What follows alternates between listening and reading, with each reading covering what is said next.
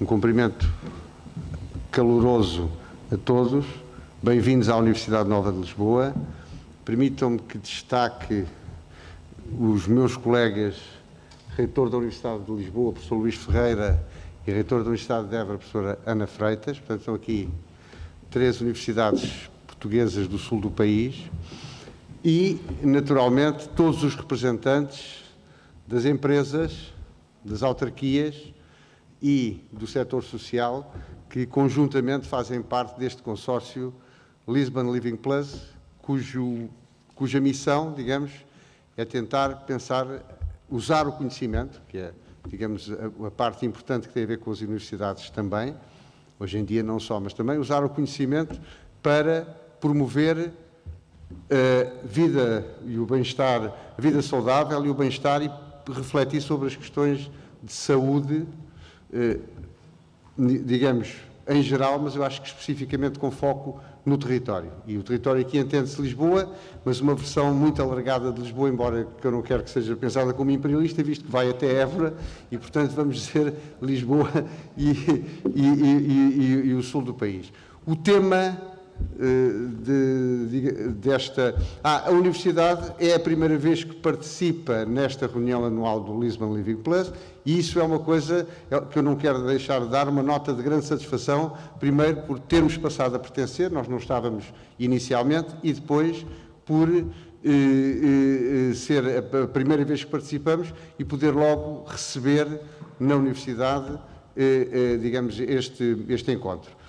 O que eu queria desejar é um bom dia de trabalho e de reflexão para toda a gente. Estamos com um consórcio que é multi-institucional, multidisciplinar. A Universidade de Lisboa, tal como a Nova, estão representadas por várias escolas que vão desde a engenharia à medicina. A Universidade de Évora a mesma coisa. Portanto, percebemos que, mesmo do ponto de vista das universidades, é multidisciplinar. Já vimos que estão representados todos os parceiros relevantes. A saúde é uma questão de todos e para todos e, portanto, os meus parabéns pela iniciativa. Uma vez mais, bem-vindos à Universidade e desejo um dia de trabalho muito frutuoso para todos. Muito obrigado.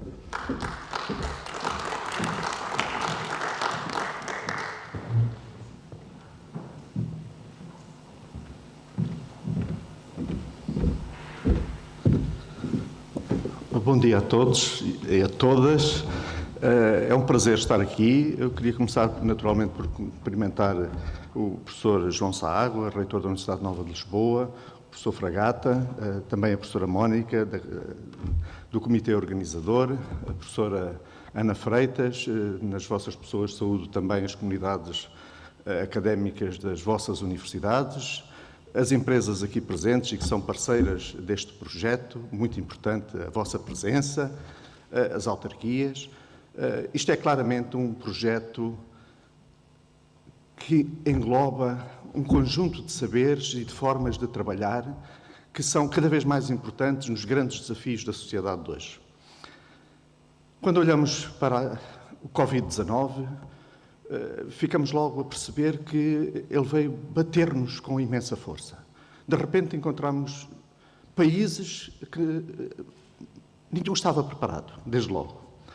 Uns defenderam-se de forma egoísta, reservando para si os recursos. Mas também é verdade que encontramos forma de colaborar, de encontrar financiamentos como nunca tínhamos feito, de ajudarmos outros países que mais precisavam e que nós conseguimos responder. Mobilizámos todas as nossas forças num tempo recorde. Pensemos, por exemplo, nas universidades. Aquilo que duraria não sei quantos anos, que era a pôr o ensino à distância, nós fizemos 8 dias, 15 dias. E estava tudo a funcionar. Não era na perfeição, mas também nunca tudo vai estar perfeito. E mesmo assim nós conseguimos fazer. E as empresas fizeram exatamente o mesmo, se calhar com alguma eficiência suplementar. Mas isso permitiu verificar que as potencialidades que nós temos, quando começamos a trabalhar em conjunto, são enormíssimas. E o Covid veio mostrar-nos isso. Veio mostrar-nos até coisas diferentes do ponto de vista social. Nós nunca ouvíamos falar daquilo que passámos a ouvir como trabalhadores essenciais. Eram os homens do lixo, da limpeza das ruas, dos transportes, dos alimentos, etc. E, de repente, passaram a ter um papel de realce que genericamente a sociedade delegava para segundo plano. E isso foi bom. E quando a comunidade científica se uniu para tentar encontrar as vacinas, para tentar encontrar novos tratamentos, numa conjugação com os hospitais, fizemos hospitais de emergência, fizemos locais de vacinação onde nem sequer se imaginava e que agora queremos continuar. Isto é uma lição para a nossa vida. Portanto, na nossa geração, se calhar, espero que não volte a ter um desafio tão grande, mas se tiver, nós saímos muito mais confiantes, que estamos muito mais preparados hoje do que estávamos há 18 meses atrás, quando tudo isto começou. E foi tão bom, eu tenho a certeza que a Ana Freitas e o João concordarão comigo, quando este ano já pudemos receber os nossos estudantes e vemos os nossos campos cheios de estudantes entusiasmados porque puderam ver os amigos, os professores, encontramos um fervilhar de vida que só a presença nos pode dar. E, portanto, nós iremos aprender naturalmente com algumas lições e fazer coisas diferentes. Aconteceu sempre que houve pandemias, houve sempre depois um mundo diferente, e nós não seremos diferentes desta vez, mas retomar aos nossos abraços, aos nossos almoços, enfim, ao trabalho ao lado da bancada, é com certeza muito importante. E por isso eu estou muito esperançado nesta conferência, esta conferência que junta tanta gente. Muito obrigado pela vossa participação, muito obrigado ao Comitê Organizador por um trabalho fantástico que fizeram e desejar-vos um trabalho muito profícuo e com bons frutos. Muito obrigado. Muito obrigado.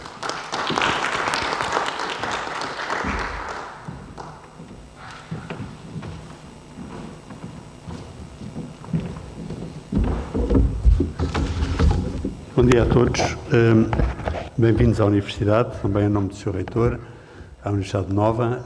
Eu estava a dizer ao professor João Saágua hoje de manhã que este encontro, se alguma coisa única tem, é de facto a singularidade de reunir duas universidades que estão aqui tão próximas, mas que mostram que conseguem colaborar em conjunto à volta de iniciativas e do reasoning científico. Quanto com a professora Mónica Oliveira e o consórcio mais próximo, trabalhávamos neste programa e a ideia de analisar o dia a seguir ao Covid, estamos tão fartos do Covid, de facto gostávamos de perceber, mas como o Sr. Reitor da Universidade de Lisboa disse, há muitas lições boas, não cairemos no excesso de dizer que isto nos caiu bem, porque caiu-nos muito mal, já outro não eu disse isso e saiu-se mal, mas de facto, no meio da desgraça e no meio do impacto, que ainda não acabou, nós tiramos imensas lições. E, sobretudo, essas lições incidem muito sobre lições para a saúde, lições para a área social e lições para a universidade, porque a universidade foi, de facto, um modelo de resiliência, como agora se diz, mas na altura não. Portanto, este programa tem 3 secções e é só que me cumpre apresentá-lo, também em nome da Mónica, como é que as universidades reagiram à pandemia e como é que estão a sair dela, como é que a saúde e a sociedade de proximidade, que pontos é que se estabeleceram e de facto, qual foi a inovação criada a partir daqui. Organizámos isto de uma forma de 3 conferências com palestrantes internacionais, com ser moderadas e discutidas, e depois, finalmente, haverá 3 painéis em salas diferentes e um conjunto de conclusões que nós gostaríamos muito que fossem recomendações positivas que permitissem às pessoas daqui extrair as lições necessárias dos aspectos bons e maus da pandemia. Para não atrasar muito, porque isto está em streaming e há muita gente fora da sala, e para não prejudicar depois o horário com os palestrantes estrangeiros, que está sempre mau aspecto, resta-me declarar, portanto, aberta a reunião na parte científica. Não sei se a Mónica quer dizer alguma coisa, passamos no fim. Agradecer mais uma vez à Universidade de Lisboa e o prazer que nos dá, e à Universidade de Évora estarem aqui presentes. Falei com a professora Ana Freitas, que me disse imediatamente: eu vou. Eu acho que ela quase vinha logo a caminho e, portanto, vamos estar os dois a comoderar uma mesa, uma destas conferências. Desejo a todos uma excelente reunião e, sobretudo, que seja útil. Muito obrigado.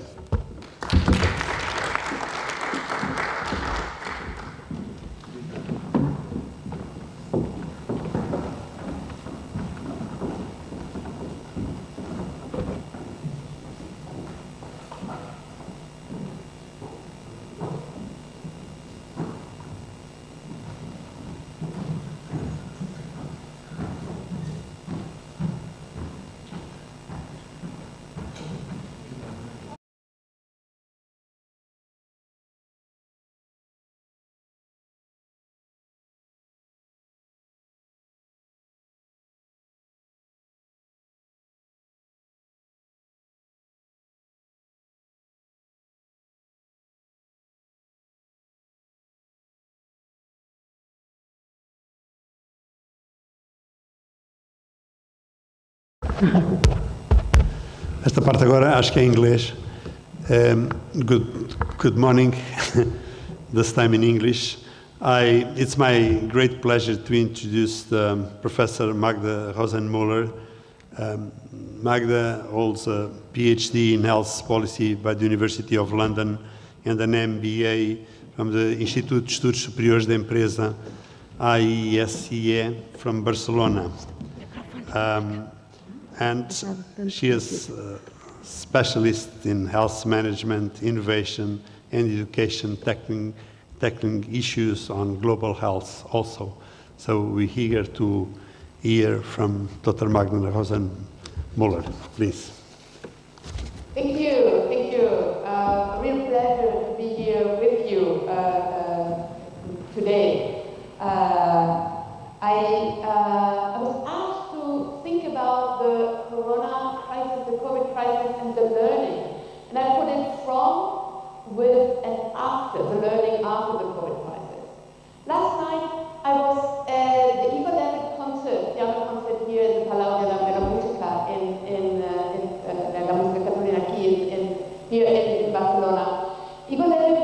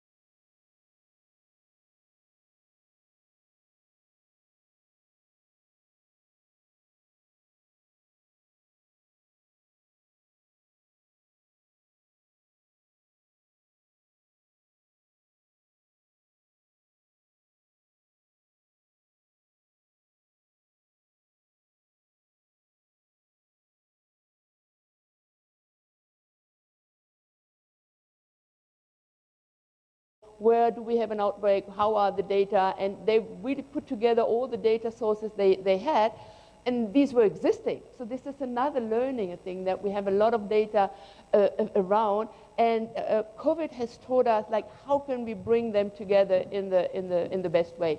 This is a page that is accessible, so you can actually look at how COVID is doing today in different areas of Barcelona. Another very interesting example is the register of intensive beds in Germany. So here we had the Robert Koch Institute in Germany that was the leader leading the response to COVID, and they are very close to the Charité. And here, like, two people were sitting down and saying, well, we have a registry of ECMO beds, because that's something that we need to know, where can we do an extracorporeal intervention, like open heart operation, and we need to know where are free spaces. We have a very good database on that. So why don't we try to build on that and put this together with the ICU bed? And that actually made them to be, sorry, I passed too quickly. We made that actually allowed to then see what is the availability of ICU beds, and that allowed Germany also to take on some of the Italian and the French patients, because they now knew how much availability they were. So another learning point here, that we can, if we put data better together, we can be much better respond to crises, but also much better manage health system. Another is an app for mental health and social distancing. There were some apps also or there are apps that detect or that see who has COVID or not, so that we can contain and follow up. There are some apps also for professionals in order to support them. So here again, we have learned now to better use supporting services and apps in the terms of crisis. A few more examples on these learning points. One is the fast-forwarding system change. Is we have started to really use the hospital at home. So we move things out of the hospital. And one example is here our colleagues from Shaping the Next Normal in intensive in surgeries is the hospital clinic here in Barcelona. And they have very actively worked on surgery, one-day surgery, or same-day surgery, saying we need to increase the services at home, we need to skill and prepare people to do the pre-operatory at home and the post-operatory at home. So we need human resources, but we also need the technology in order to support them. And here, well, you can say I'm here linking in from Barcelona. The other big hospital here, we have here the Valdebron Hospital. It has rearranged the collaboration they do with the hospitals and the care units, the private hospitals around the university hospital in order to better collaborate. And probably my colleagues from Portugal could actually add on this with examples from Portugal. Now, one important point that we all have seen is the telemedicine, the increase of telemedicine. So Teladoc is an American company that is managed here out of Barcelona. Did a huge rise in the value of the shares, which you say, well, they are doing well. Very interestingly, there was a small drop in the shares when Pfizer announced that the vaccine was actually work, where people said, well, we bet on telemedicine, but once we have the vaccine, well, maybe we will go back to normal. But telemedicine has worked intensively on not only on providing direct services to patients, but also to support hospitals to exactly assume these working from this treating at home or caring at home, that hospitals can reach out. We have the knowledge base, we have the experience, we have the experts in the hospital. How can we make that expertise available to outside the hospital? And here they work with robotic technique. They have they're supporting ICUs in Africa, for example, that are supported by ICUs in the United States. By having very good technology, so this is robotic technology, this is sensor technology, which gives the doctor the feeling to be really in place, that he can really look around, he can see the monitoring of the patient, he can interact with the patient, and at the same time using these little robots that have actually done with the face of the doctor, gives the patient also the feeling of interacting with a real person, as they do. It is a real person on the other side. Let me look briefly into what happened to universities. So we had a lot of the universities were closed, or all universities have closed, like all the other activity was closed. Here at Jesse we were closed during 3 months. And it then built up a very well-developed hygiene concept that allowed us, so we needed to do testing and we need to do a self-assessment every day in order to access a campus. And then we extended that also to our participants. And we started normal operations at Jesse in September 2020, so September last year. All the public universities I had contact with were actually closed because that was the safest way to go, actually, to say, well, let's have the universities closed and have all the work from home. And my colleagues here from the University of Barcelona, they were really saying it's so difficult to have this contact with the students via, and we have seen this also for schools, etc. How difficult it is to create this learning experience in a virtual way.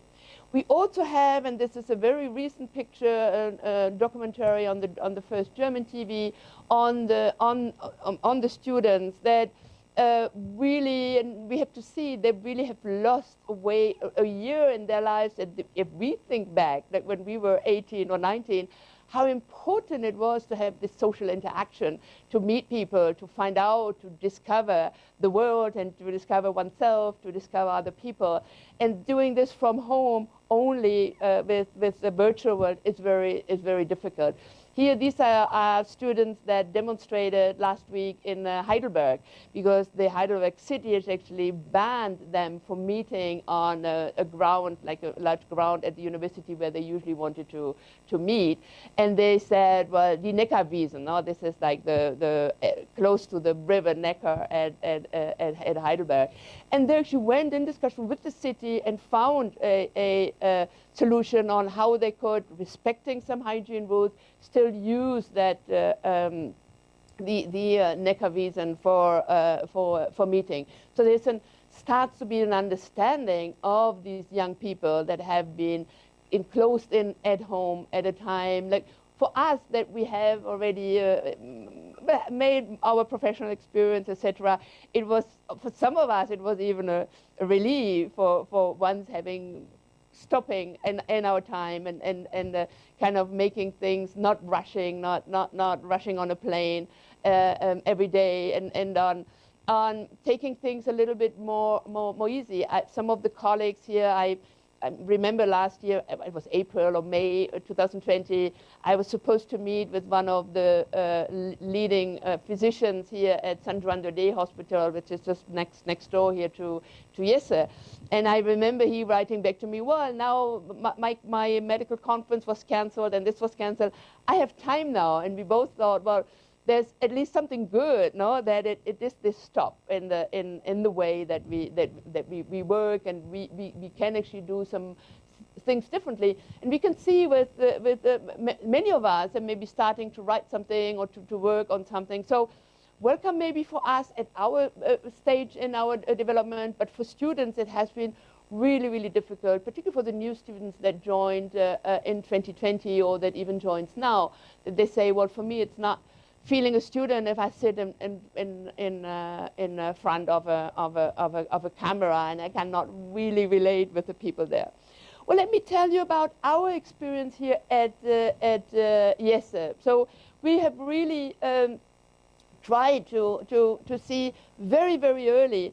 I remember that we have put up a team, a crisis team here at YESA as early as end of February, March.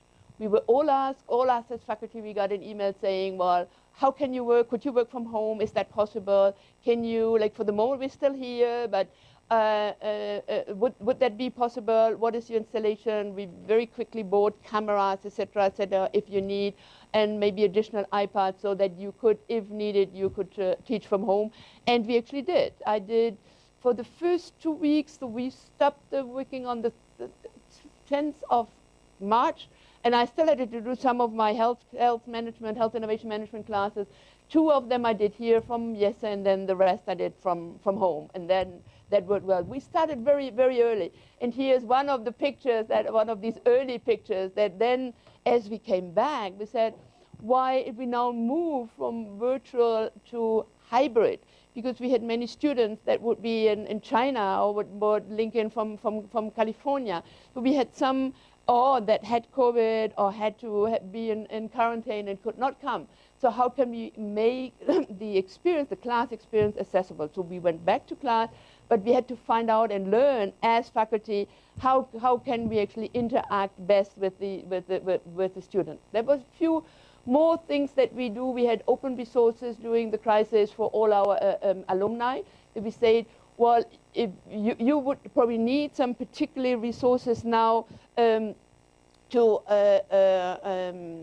come over the crisis, so we make those resources available. We did a weekly, I think first it was a bi-weekly and then a weekly a chat with our colleagues here. I did, I think, 2 of them actually out of this studio here. This is our teaching studio when it's completely virtual. We have another virtual classroom, but this is the virtual studio. So this is, you can see how we actually work. So managing the COVID crisis, and then also we did, interestingly, we brought together the YESA community and see how can we help in coronavirus. And we put together a lot of different alumni that were wanted to help, those that needed help, and how could we actually join forces together. So this is something that we've used our alumni community in a completely different way, also as an impact of COVID.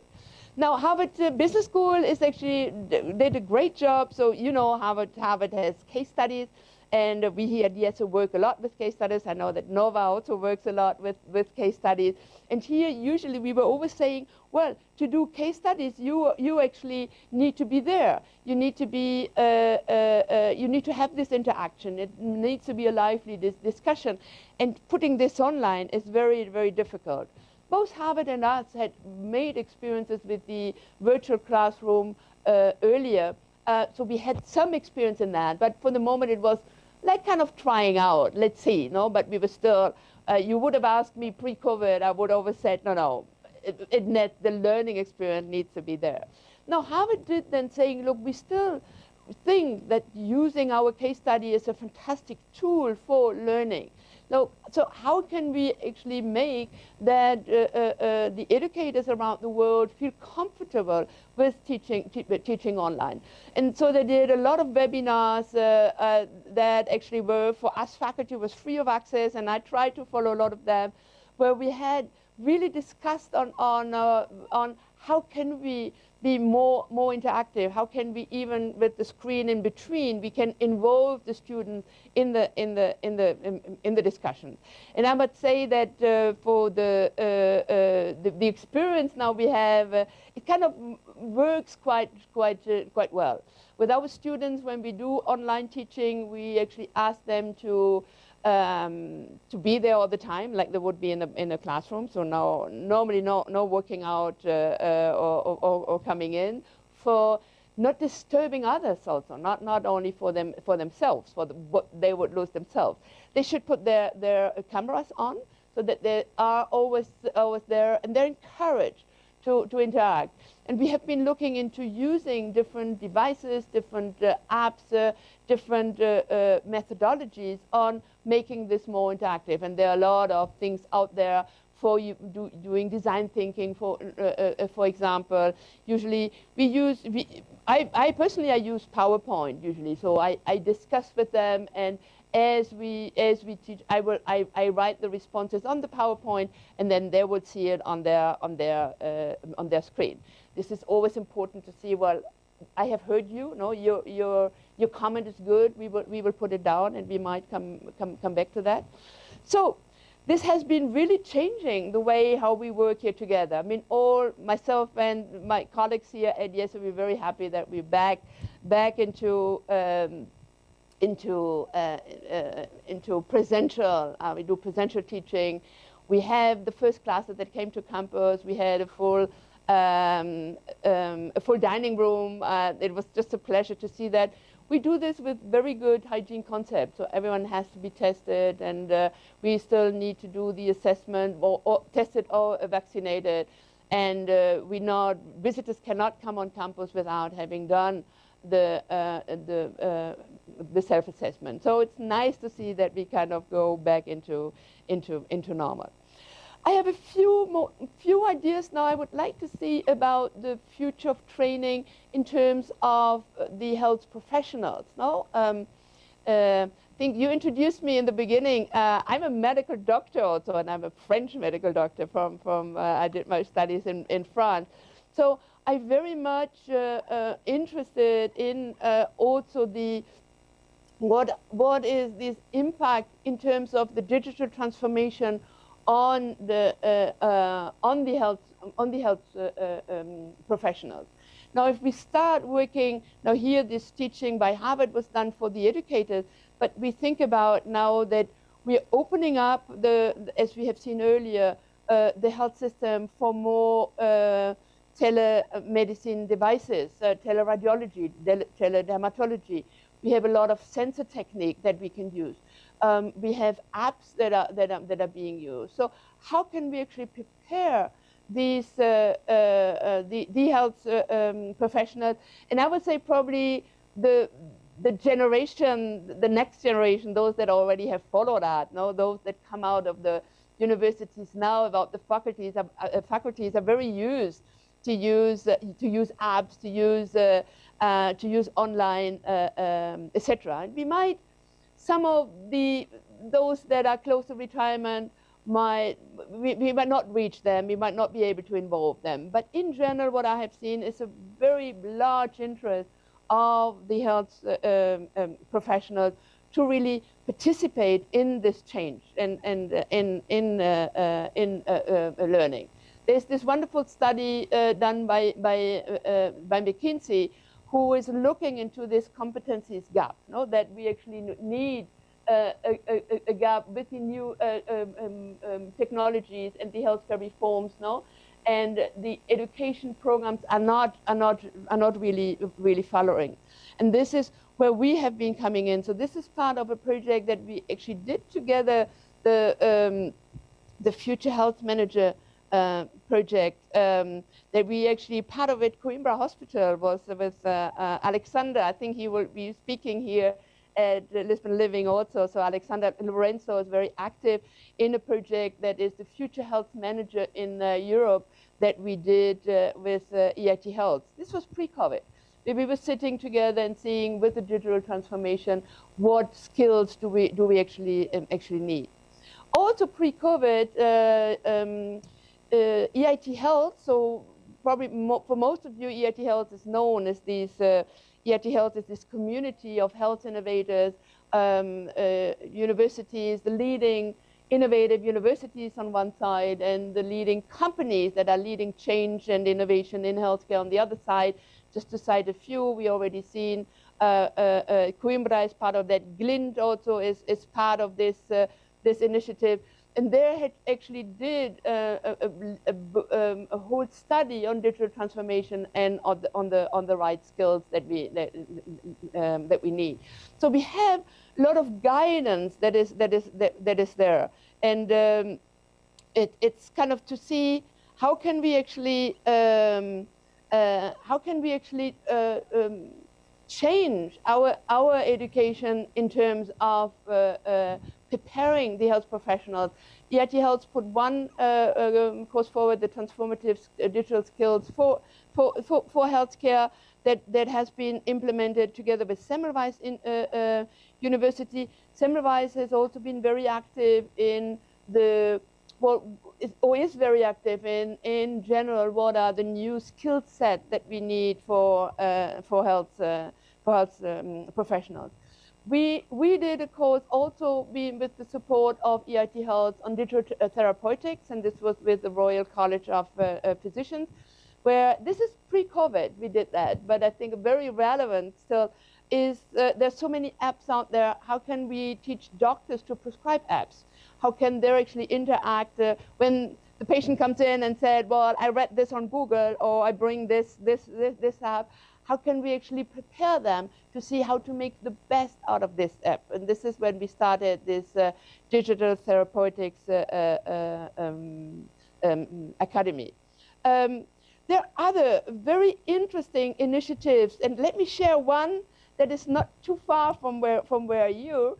It's about the training health professionals worldwide in a virtual environment, and this is from Coimbra. This is Take the Wind. It's a company, startup company in Coimbra. Also started pre-COVID, but has been gained a lot during COVID.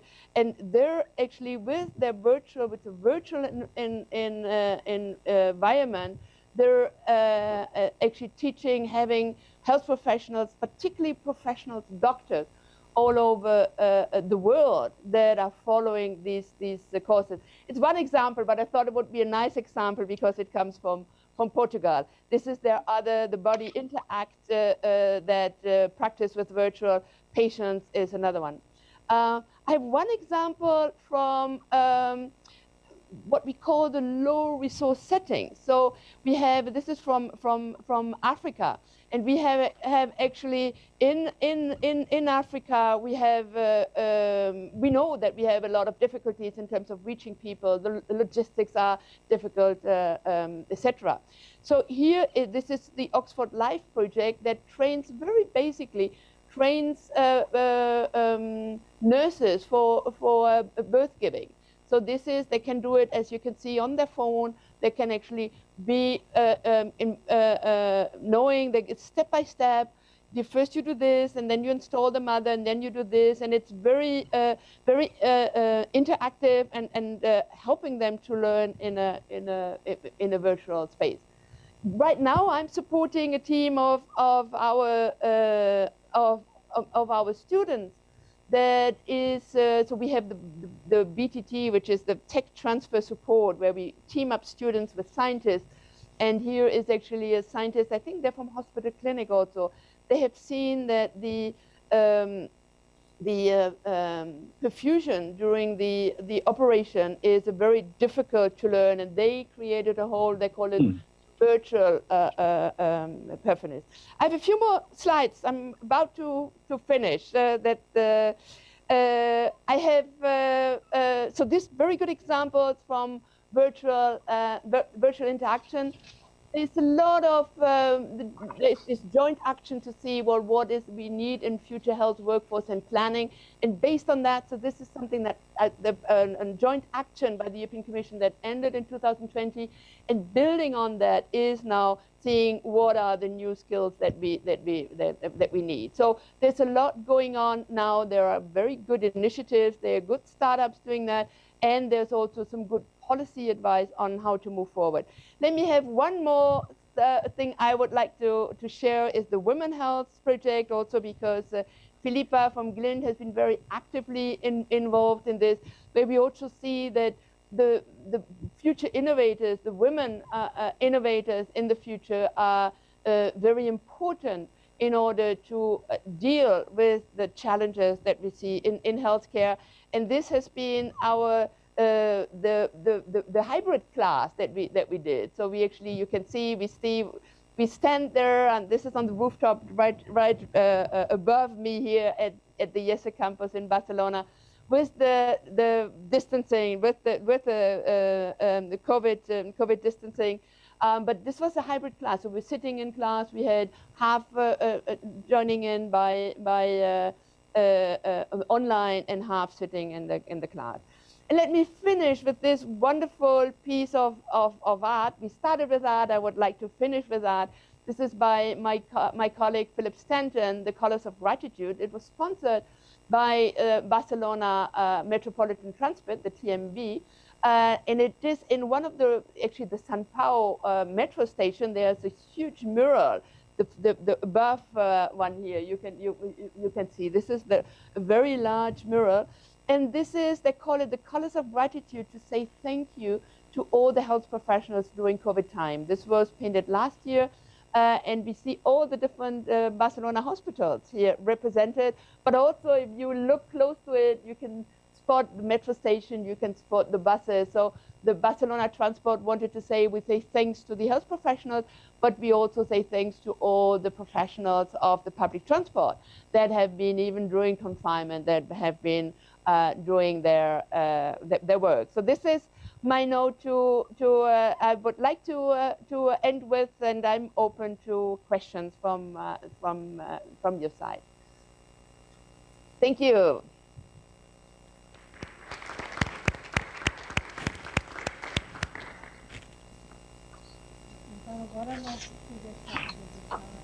Vai-nos fazer aqui um breve resumo do que é que se passou, não é?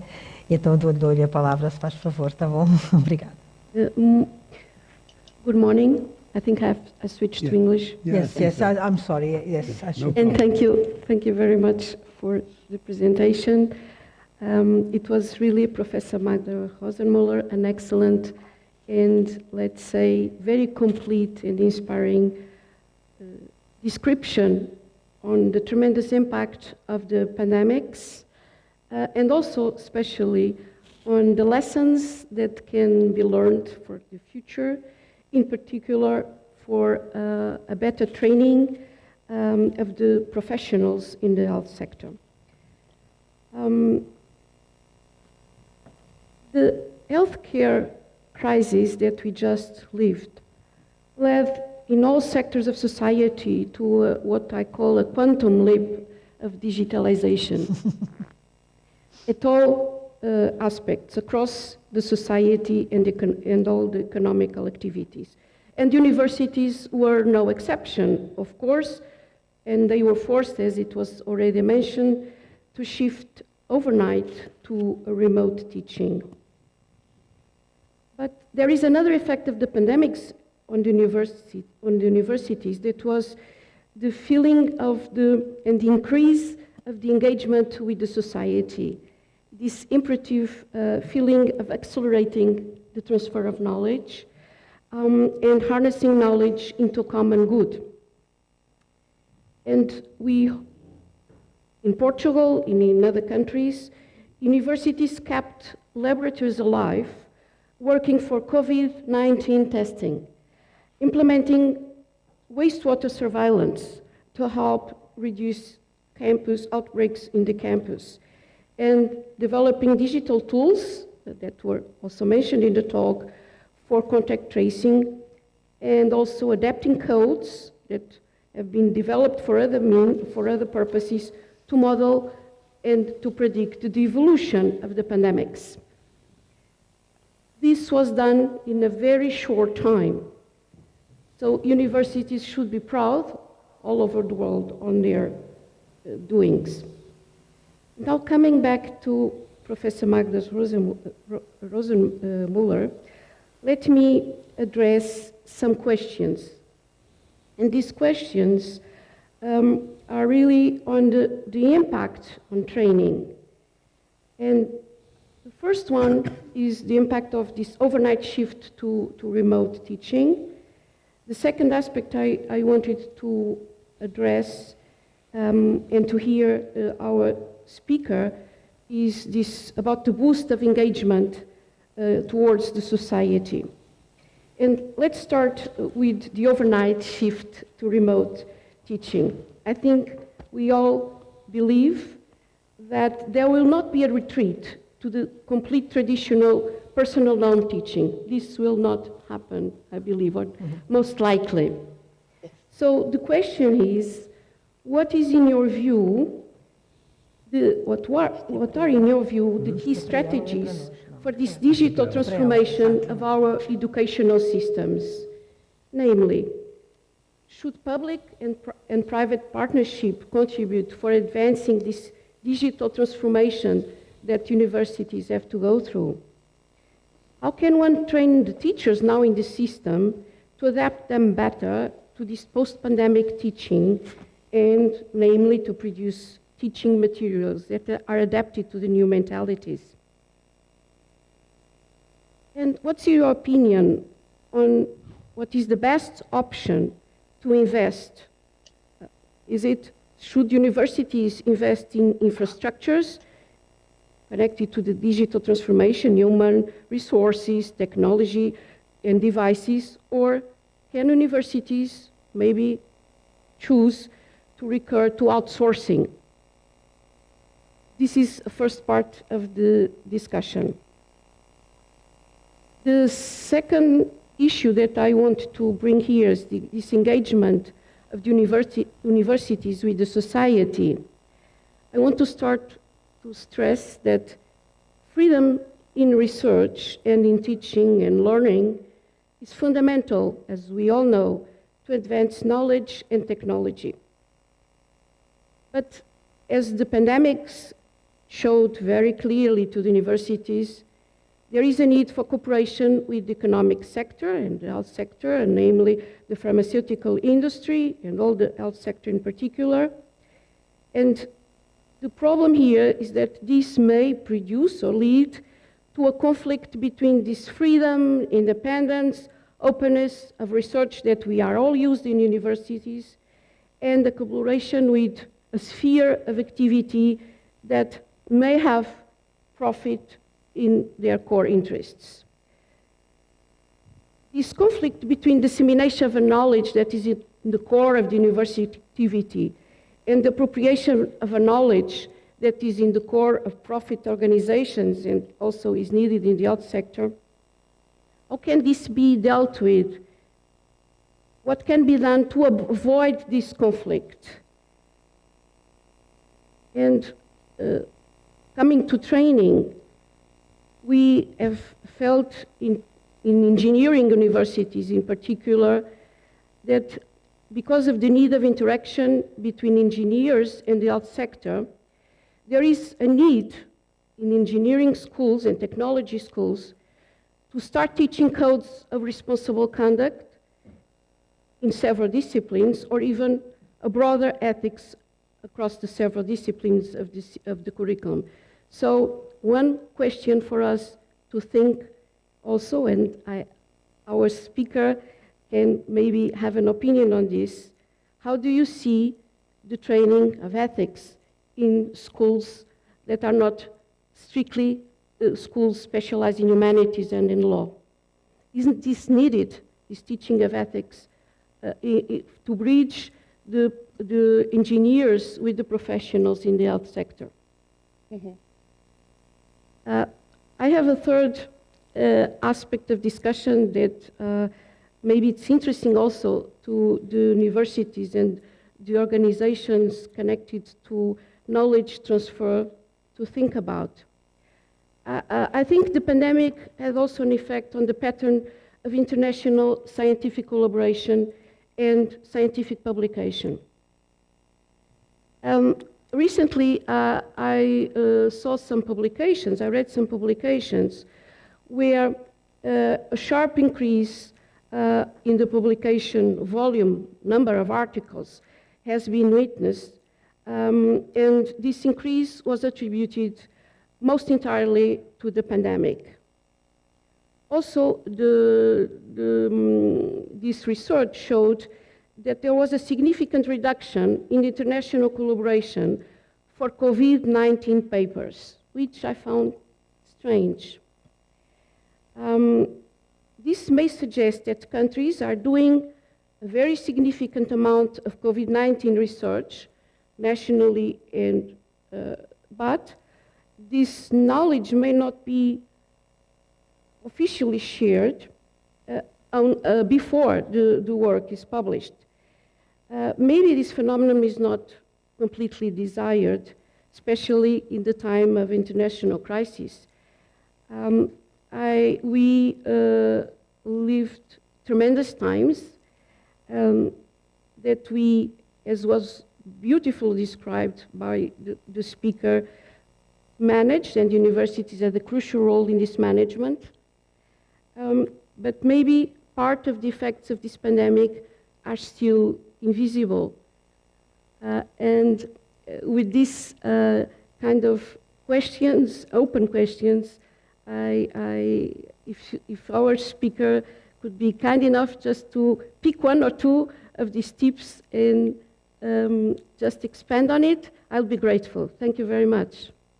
Thank you. Thank you for this fantastic analysis. I must admit I did not hear everything, but from what I heard, it was really good. There was a problem in the sound, but I got most of it. So very, very good. I think you complemented very well some of the points that I've raised. Good that you put out the essay question. Let me start with the collaboration. So we are part of BAM, which is the Business School Alliance for Health Management. And it was during COVID the first time that we organized a virtual case competition with all the students. And we from YESA organized it together with Wharton at Miss Strathmore Business School. And I think without COVID, it usually is American business schools that do that. And they said, well, because of COVID, nobody can travel, so let's give the international, we actually said, no, let's give us the chance as international to do that. And that has been a fantastic experience. The students really loved it, to be in a contact with each other, and that's something we would not have done without COVID. Without COVID, they would come together, those that can travel, etc. But here we had it across continents. We had India involved, we had Costa Rica, well, South America involved, Africa. So there is a lot more room for collaboration. I had in my training some of the one of the colleagues of Toronto, and I asked him, well, can you give us a quick overview of COVID in the States for the health management course? And he did so.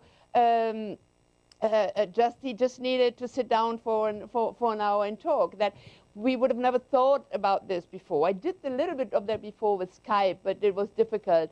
Now the technology is equipped here at YESA, and we can do that. So definitely much more collaboration. I like that you referred to the collaboration between the scientists, the medical profession, and the business school. So here we have our teams that are teaming up. I use the virtual perfectionist as a perfusionist as an example, and they connected via virtual. They were sitting in one of our team rooms, and then they had the scientists on one side and the students on the other side, and that's much easier to organize now because we are independent of place and time and can do this virtually. So definitely another thing that we will do more of. We had always thought that the multidisciplinarity for the future is so important, that we have the scientists, the engineers, the medical professions, and the management students, or the MBAs, that they actually get together to have multidisciplinary teams. Now in this new virtual world, this will be much more, much easier to do. In terms of ethics, I think we have usually ethics has been known, if you do projects, is known to be like the burden at the, well, we want to do a clinical trial, or we do something, do we have patient involved or not, do we need to go to the ethics committee? So it's seen as a burden. And I think now, if we think on GDPR, I mean, we could talk about GDPR, we all know the data privacy regulations by the Commission. We can talk about this long, where many of my colleagues across Europe would argue or would agree that the way it is, it may be very good on one side, but on the other side, it really is not helpful for data collection and for really doing good research. So there's definitely a field where we should further think about. But coming back to the ethics, that really this is actually being centerpiece now, that we think about what is the impact of the technology and of these, the way of interaction for the data privacy, but also for other reasons. So we here at IESA just created a group on sustainability and on well, we have an ethics department for a long time, that is existing, but on this impact of the digital transformation. And I would see that this should be a role that universities should pursue actively, that we have to bring in our experiences around that. So it's no longer perceive it as the control function, can I do that or not, is the ethical committee okay with it, but rather let's move forward. The world is changing, how do we actually discuss ethics? So I think that is really something centerpiece, we should put centerpiece in the digital transformation. And there was one very important and very interesting comment you made on the science and the publication and the sharing of knowledge, that because of COVID, so I just loved it, that I could, from my home, I was just logging into some of the conferences that China was organizing with the medical doctors in the States and with some here in Europe, and they were talking about how would they handle patients, etc. I just found it fascinating that I was able to sit in those conferences, and it was just a click away. And so fantastic that this knowledge, and if you want to access, you have it very close. You can get it. But on the other side, where is this peer review? And there has been, because of COVID, the preprints, no, that things have been published because we needed the knowledge, because we need to move on. And most of the scientists that we have seen have done this in a very good intention, no? That they say, this is a preprint, has not yet been previewed, we have to wait, but we actually applied all the scientific standards so that actually we can consider that this should be good evidence. But we have seen cases where people took advantage of that, no? There's this a case that has been actually was discovered by some colleagues here from Barcelona, from ES Global Barcelona, that have seen, and there's a Lancet article on that. I don't have the slide with me now, but so they had seen, there's a large database that it was, I think, a US or Canadian institution had put forward on proving that some medication would work or not. And it turned out that all these data were fake. They were fake data. Actually, these colleagues, they actually looked into that and they said, something in the number is wrong. Something cannot be. Where do they have this number from? How does it work? Cannot be. So they really asked those questions by finding out that the whole thing was fake. And that is actually a big danger that we have. So this is something on our to-do list that we look into. Yes, on one side, we want to have the very quick access to science and to the latest development. Having a vaccine out in a few months, I mean, this is absolutely fantastic. But we need to see, do we need to change something in terms of the peer review and to really assure the evidence and the scientific base on things. And on the other side, and that is another, we will probably then open up to another discussion, is the whole issue about fake news, no? About some groups, the contra-COVID groups that put out fake news, that believe more in what has been written on Facebook than by someone on Facebook, and that actually some, I don't know, some forces, I would put it, would use this, and there has been a lot of studies being done around the American elections and some others, that there are actually some forces that actually try to use this fake news to destabilize our way of working. So there's another very important issue on cybersecurity and on what is trust on the web. So I leave this as a question. I hope, but it was, I think, very important that you raised this question. Back to you. Thank you. Okay, thank you very much. Okay. So I think we are on a little bit behind the schedule, so after the schedule, I'm sorry. So I think we have to close. I just wanted to leave some remarks on what Teresa was just saying about health questions. One of these is about management. So what I think was the biggest challenge that we have and that we should learn about is, I think we all at universities, and this was my experience, we were deciding based on the unknown. And this was very difficult because we didn't know why. I mean, we had to take decisions and we didn't know exactly what was happening. So this was the thing that I think was most challenging. And it still goes on because we change a lot. So even our students, our staff, non-staff, etc., we are so much changed and affected by the pandemics that we still don't know the people who we are taking decisions for. So this was one of the day before, the day and the day after. So this is the streaming that we have to follow, and it's difficult, but I think it's an experience. So, okay, to conclude, thank you very much, Anna. To finish. I would like to thank Professor Rosanne Muller and Teresa for their discussions and lecture.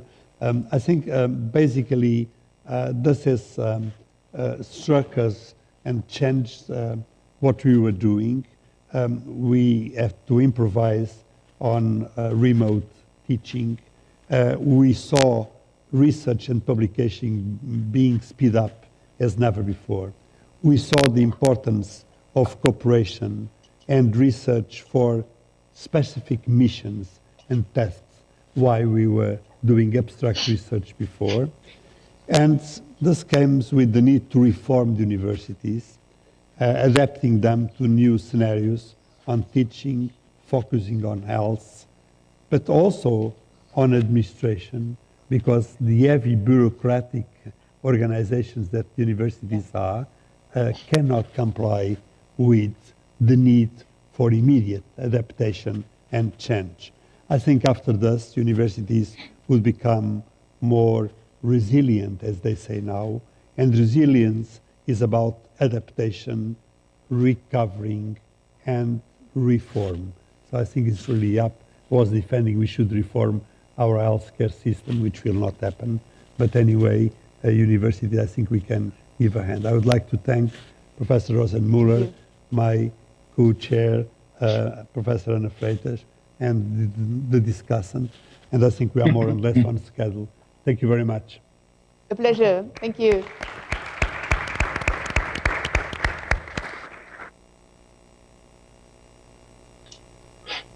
Cheers. Thank you very much.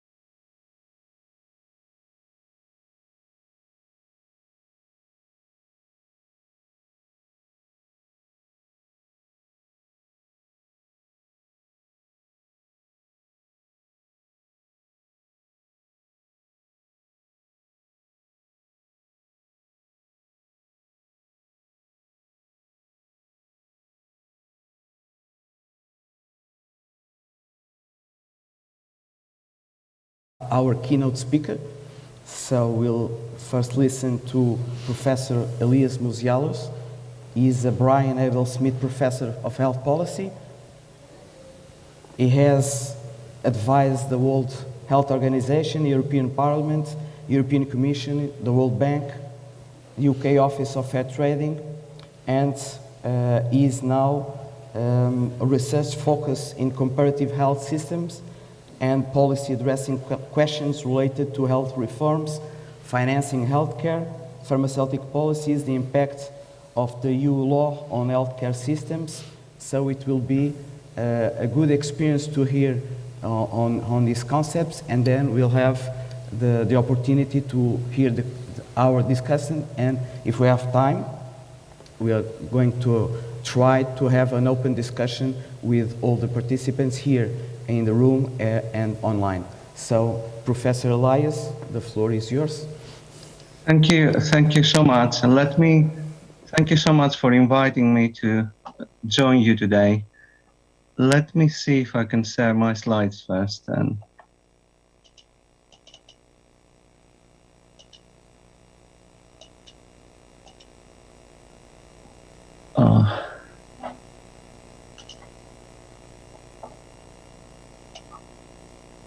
Okay, I hope you can see the slides. If there is a problem, please let me know.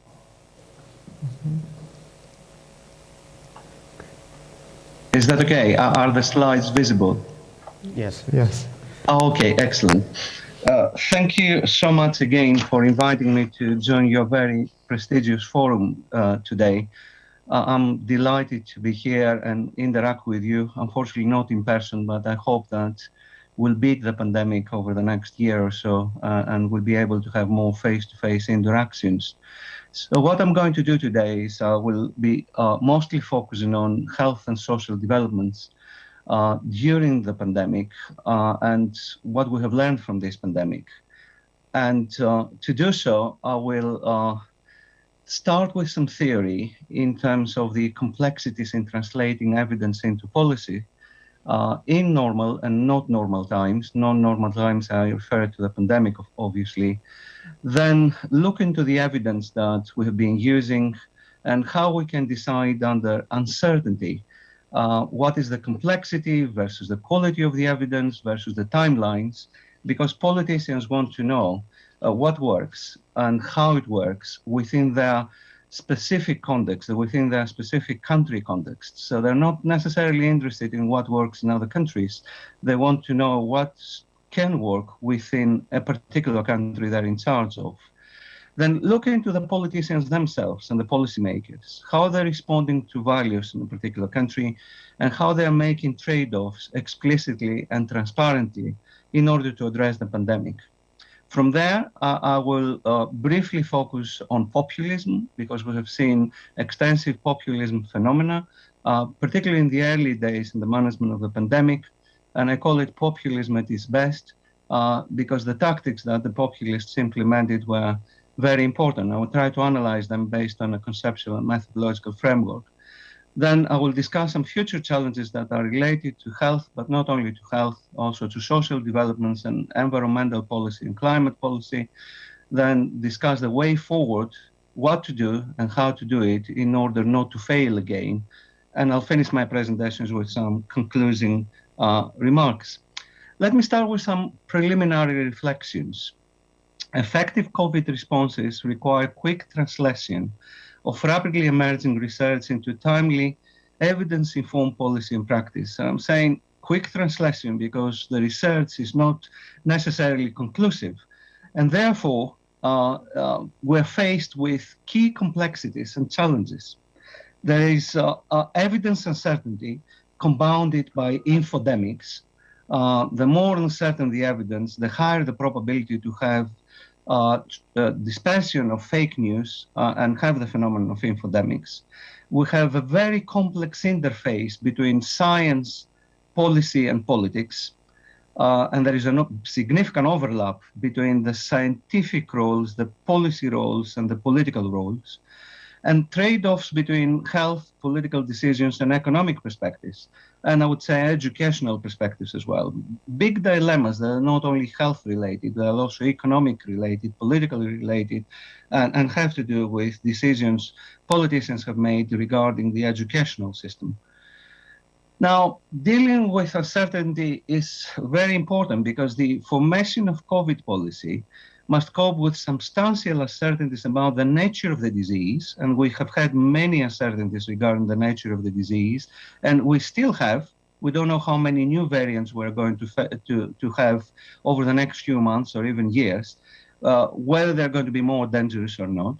Then we had uncertainties regarding the dynamics of the transition, and we have seen with the new variants, the dynamics of the transition have changed significantly over the past couple of years, and behavioral responses. So we didn't know how people would respond to this new phenomena, and whether they're going to adhere to guidelines issued by experts or politicians or not.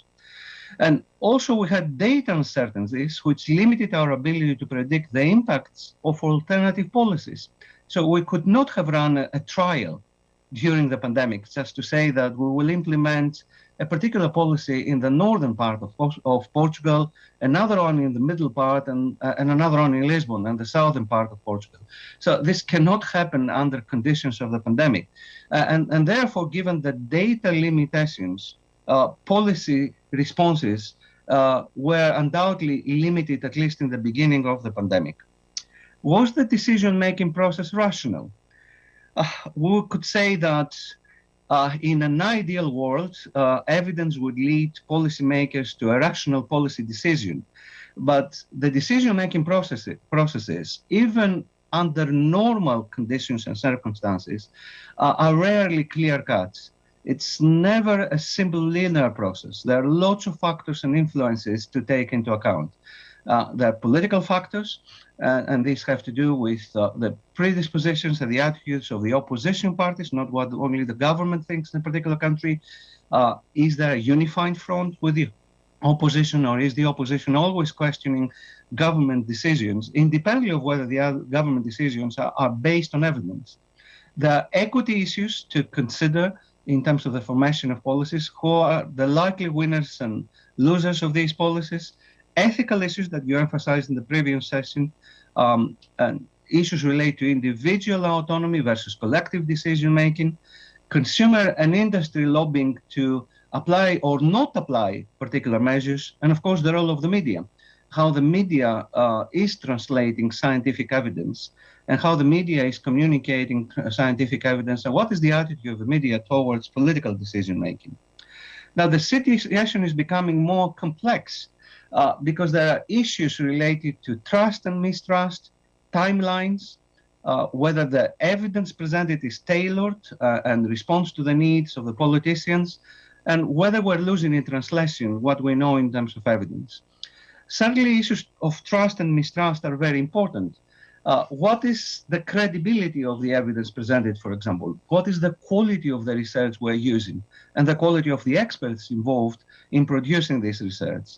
Is research objective, neutral, and independent, or is this research commissioned by governments with a particular goal and objectives, and therefore the research questions posed by the government are limited, and they're not wide enough in order to capture the full spectrum of phenomenon, particularly try to convert uncertainty into risk, because we cannot quantify uncertainty, but we can quantify risks. And then finally, how do we communicate uncertainty? And particularly when it is an ever-changing territory, this virus is changing, and politicians love certainty, not uncertainty, and people love certainty. And when circumstances are changing, how are you going to justify and change in scientific opinion? And we have seen this during the pandemic, that quite a lot of mistrust can be generated because people are going back to what a scientist has said a few months ago under different conditions, under different levels of scientific evidence. Then the evidence changes because the virus is changing, and then people start questioning the scientists for what they have said before. Timelines are very important because we do need to have rapid responses, and the evidence may not be available, and the political agenda cannot wait to get solid evidence, cannot wait for months. Then the politicians want to have actionable evidence, not just a series of options. In scientific terms, sometimes we scientists prefer to present a number of options rather than present certainties to the politicians. And politicians want to have this evidence to be context specific, not just to tell them that Sweden has done one thing and Britain another thing and China another thing. They want to know what works and what is likely to work in Portugal or what's likely to work in Italy or in Czech Republic. And then finally, the solutions that are going to be put forward, they have to take into account the values in a particular country. Are we dealing with a country where the people trust institutions, trust politicians, trust the scientists? Are they more in favor of individual perspectives or more in favor of collective perspectives? Do they trust the state to act on their behalf, or they mistrust the state to act on their behalf? And finally, many things are lost in translation. The clarity of content and language we're using in scientific communications is very important, but many times this is not the case. And the problems do not stop here. We have a new science emerging, the science of infodemiology, and that has to do with overabundance of information and misinformation that we have to deal with. If I could present the top 5 conspiracy theories that were presented during this pandemic, I'm not sure whether this is valid in your own country. This is based on data we have collected from Google. For example, a well-known conspiracy is that the forced vaccination will inject nanochips. This has been going around for months now, that Bill Gates wants to introduce mandatory vaccination to control the world, that COVID-19 might be an act of the Anglo-Saxon revenge against the rest of the world. And a Canadian report also indicts the United States for spreading the coronavirus. We know that this is not the case. Or the corona epidemic is manufactured by the media. It doesn't exist, it's just a media construct. But together with the infoepidemiology, there is an issue with the quality of the research. And we have seen in the early stages of the pandemic, we have seen all these papers in favor of particular drugs that could have been miracle drugs like hydrochloroquine, evidence about or misinformation even circulated by prestigious academic centers, like a center based in the University of Oxford that we know nothing about the social distancing measures. You can see here lots of papers that have been retracted, that have been published in the early days of the pandemic about what works and what doesn't work. And we have learned a few months later that this evidence was not solid. And that's why the journals retracted the papers. But when the Lancet or the New England Journal of Medicine, the top leading journals, published low-quality research, this generates quite a fertile territory for the anti-vaxxers, for those who don't believe that there is a pandemic, there is a virus, to spread lots of these conspiracy theories about nanochips and about Bill Gates and about how this media has been, this virus has been actually manufactured by the media. It doesn't exist. But this leads also to divergent policies in terms of policy making. Look at the policies regarding face masks, with some countries implementing them from the beginning, of the pandemic, everywhere outside home, or other countries restricting it to shops or to public transport, or where physical distancing is not possible. And here the role of the media is also decisive, because the media are picking up these divergent policies from one country to another, and then they overemphasize them within their national context. Why is Portugal implementing a policy that other countries are not implementing? Why is Portugal more relaxed, for example, vis-a-vis Israel or Slovakia? And vice versa, why is Israel stricter compared to Germany or compared to Belgium, for example? And it's not only about masks. We have seen significant divergences in terms of policies to implement vaccines. Who should be vaccinated first? What kind of vaccines? We've seen the controversies with the AstraZeneca vaccine, for example. and withdrawal of this vaccine in many northern European countries without solid scientific evidence for doing so, and the controversies that have been generated in other countries because of the decisions of the Danish, the Swedish, and the Norwegians. And then we have seen divergent policies in terms of vaccine policies on booster vaccines, on policies for children, and there is no unified policy across the European Union. There is no unified policy across the World Health Organization, regional health for Europe office, member states and countries. That we have seen this multiplicity of policies, which leads to bigger uncertainties on how we're going to address this pandemic. And then you can see divergence in how we can beat this pandemic, with people arguing, some scientists and countries arguing that we should go for zero COVID policies and eliminate the virus, completely do that, as New Zealand and Australia tried to do this last year and attempted to do this again this year, only to find out with the Delta variant, this is probably impossible because there are breakthrough infections even in the vaccinated population, the fully vaccinated population. And other countries arguing that this is quite a risky policy because if we go for zero COVID policies, then we'll have to paralyze the economy. If we paralyze the economy, then there will be even bigger health problems because there will be many people left behind.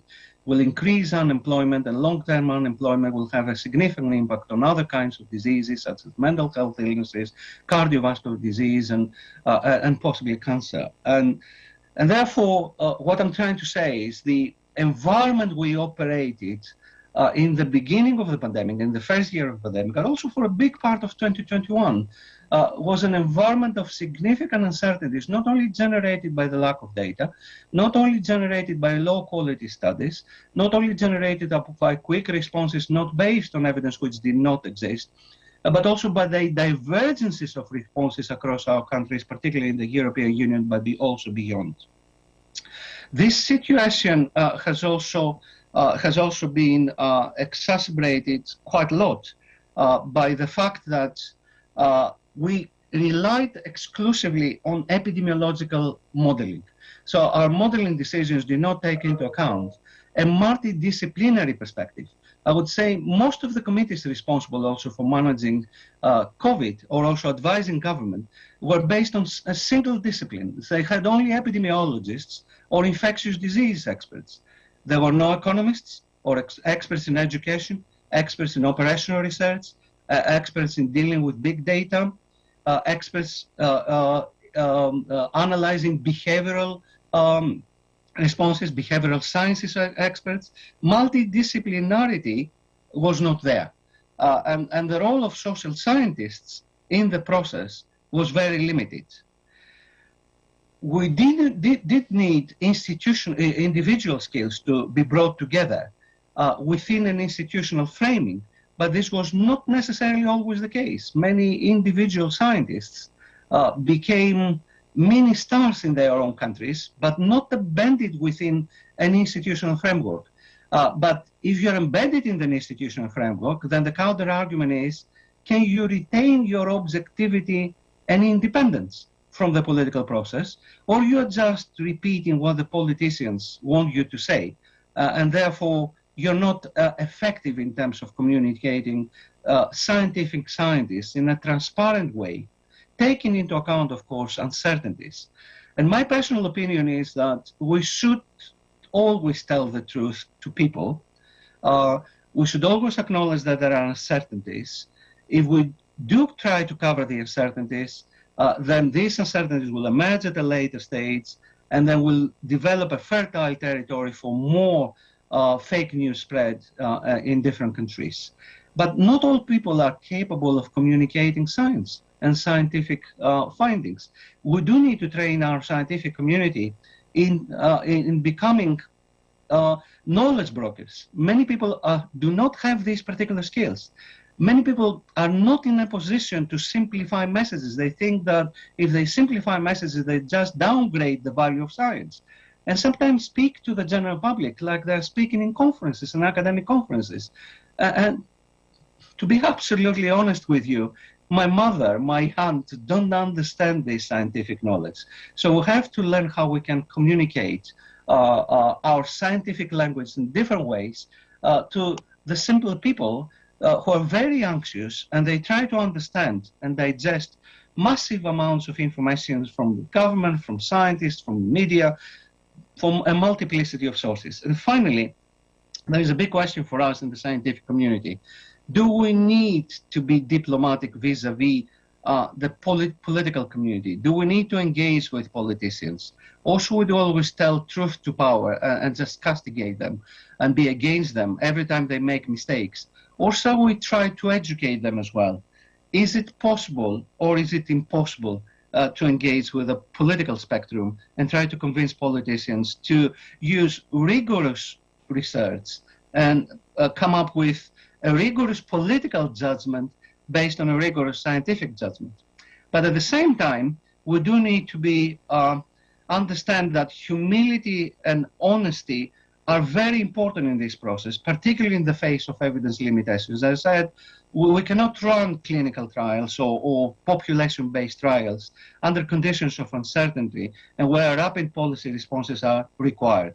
There is a need to accept a wider set of disciplines, not only infectious disease experts and epidemiologists. We have to go beyond. Understand that science is only one factor in the decision-making. There are more factors that we have to take into account. Political and educational, some of them. Self-awareness of our own values and cognitive biases is also important. We as scientists, we have our own preoccupations and cognitive biases and confirmation biases in this process. And of course, we have to be independent and call for accountability, but at the same time, as I mentioned, we have to be diplomatic. Now, what about the policymakers themselves? Enough about scientists. And we have seen that the policy-making responses were hugely divergent and different across the world. Some politicians were very indecisive in the beginning of the pandemic, including all the major global institutions with the exemption of the World Health Organization. The European Union was late. The G20 and the G7 were late, but many politicians within their own countries were also late. As a result, we had a diversity in political choices and communication across countries, and science, policy, and politics became one in crisis. So there was a significant overlap between science, policy, and politics in this process. But then the response to socioeconomic, political, and cultural values and context was divergent. We have seen the so-called Swedish exceptionalism. Was it really exceptional? I'm going to discuss it in a moment, the Swedish response. But also the Dutch autonomy and the liberal values that prevailed in the beginning of the pandemic in the Netherlands, where there has been a delayed response in terms of taking measures. Or the British aversion to nonism, to the big state. The British don't like the big state and big interventions. And there's been also significant confirmation bias in Britain, thinking that it's going to be another flu, and we have the means and the institutions and the capacity to address this pandemic. Also, politicians have to make significant trade-offs, and a few of them, however, took decisions that were informed by evidence. But at the same time, we need to consider the policy space that politicians were faced with under uncertainty. And how do I define this policy space? There are 6 variables here, 6 factors that we need to consider. Legal and institutional. Did they have the possibility to introduce measures? For example, Sweden is a famous example here. The Swedish constitution prohibits the Swedish government from introducing severe measures.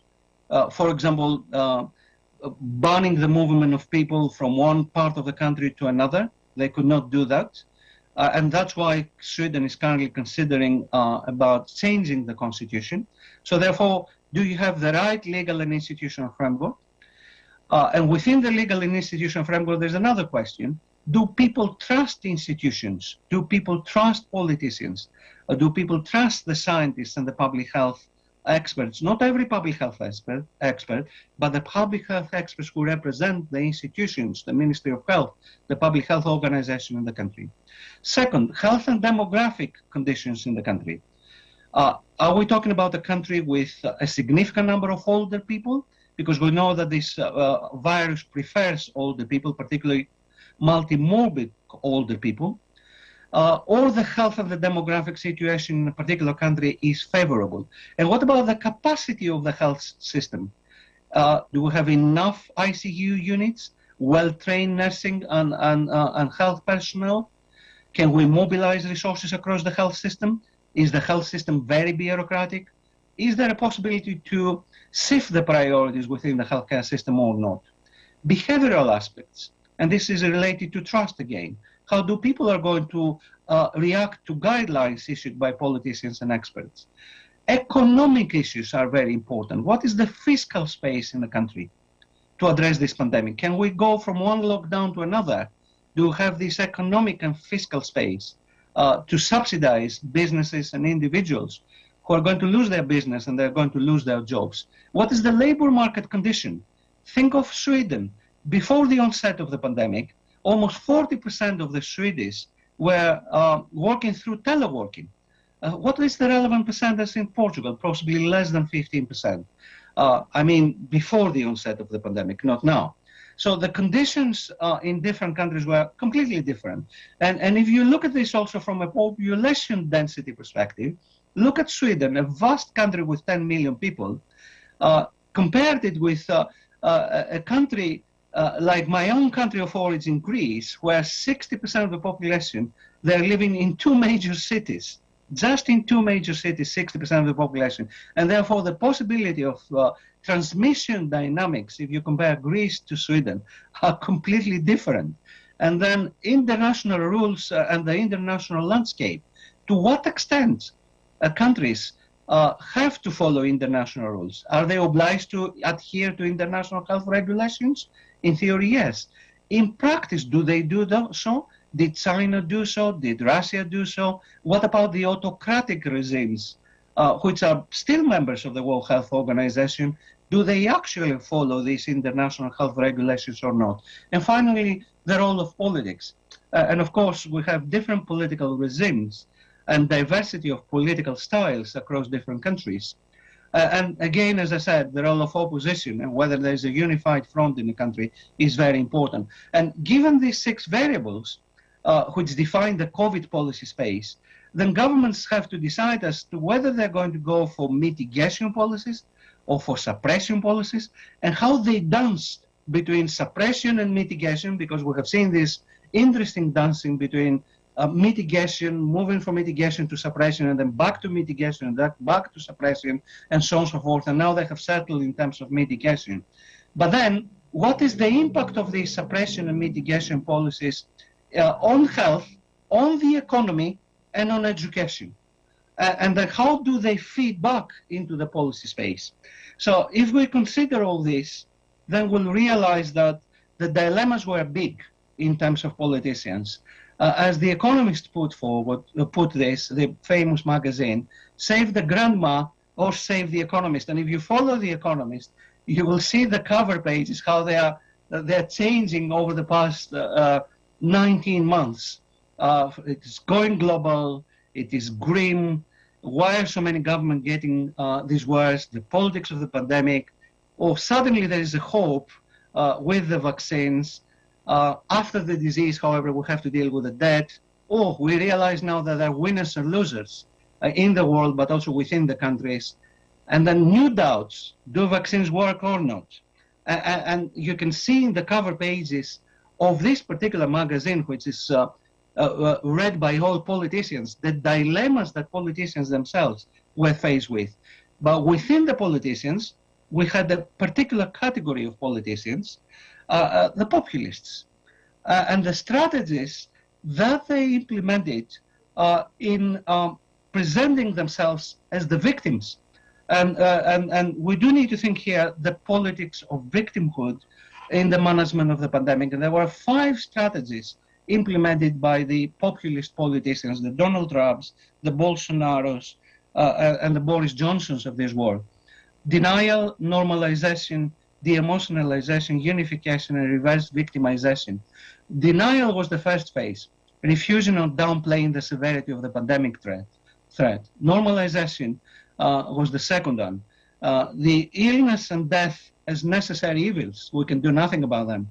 there are necessary events, then the de-emotionalization, the absence of emotion, and the numerification of the dead, they're just numbers. There's nothing else about them. We can live with these numbers provided they're acceptable. They're less than 100 in some countries. Then the unification of the political agenda, uniting the political community around gratitude for benefactors. We're grateful to doctors and nurses, but then we hate our external enemies, or even we hate people living in our own countries. I'll give specific examples. And then reverse victimization, reconfiguring the people as victim, leader as hero, pair to vilify vulnerable groups and victimize the leader. So the leader is the victim. In this particular case, it's not the vulnerable people who are dying every day. It's not the older people or younger people with multi-mobilities who are dying and suffering from this pandemic, but it is the leader who is the victim in this phenomenon. And if you look at this, look at here, classical example of Bolsonaro, he ignores coronavirus warnings, takes selfies with demonstrators in Brazil, and same with Boris Johnson, where he said in his famous press conference early in March last year, I shook hands with everybody. You shouldn't be concerned with that. So that was the initial phase of the populist. Then moving on into the more normalization of the process, Boris Johnson now warns us, this happened in April, after the introduction of the lockdown this was in Britain, in March, before the introduction, of the lockdown in Britain, a few days before, that many more families are going to lose their loved ones. So it's a fact. Get used to that. People will lose their relatives. They will lose their friends. It's a fact of life. So let's normalize it. And then the demonationalization process by Bolsonaro again and many others. The so what again? So what should we bother if some people die? What matters is Brazil here. We need to move ahead, not just look behind at the victims. And then the unification of the agenda. Let's be grateful to those who have supported us. And I'm really grateful to the doctors and nurses in the healthcare system. But then let's shift the blame to the external forces. Let's blame the Chinese virus. Let's blame the Chinese. We're not responsible for messing it up. Somebody else is responsible for the whole thing. And of course, I'm not saying that China is not to be blamed for mishandling of the pandemic. They are to be blamed. But then what happened after the Chinese messed it up? And then reverse victimization. So Boris Johnson here blames failures inside care homes for the coronavirus deaths. So it's those managing the care homes that are responsible for the significant numbers of deaths in care homes in Britain. It's not the government that did not take any measures, did not inform anybody. They were not having a proper testing capacity in care homes. And then even worse, if you look at the United States of America, the Surgeon General singles out people of color to stop drinking alcohol and taking drugs in order to address the COVID fight. So now we're shifting the blame to the blacks and others in the United States of America because they are drinking a little bit more compared to others, without looking at the socioeconomic circumstances generating special behaviors. Now let me move on into the health policy and social care responses. We know that the number of chronic disorders increases by age group, and we have seen how important this was in terms of managing the pandemic, in terms of the impact on the older people. But we also know that the actual number of people with multimorbidity is higher at younger ages. Because as we get older, there's a higher probability of us passing away because of these multimorbidities. So multimorbidity is not only a problem of the older people, is also a problem of the working people, of the working populations in our countries.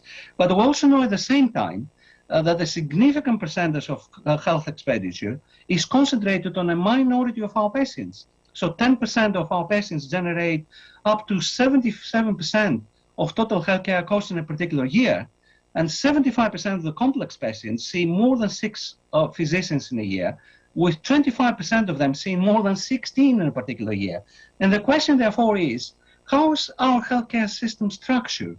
do we have integrated forms of care, focusing on the 10% of the population who are the heavy users of healthcare services, the vulnerable multimorbid people, to tackle their problems.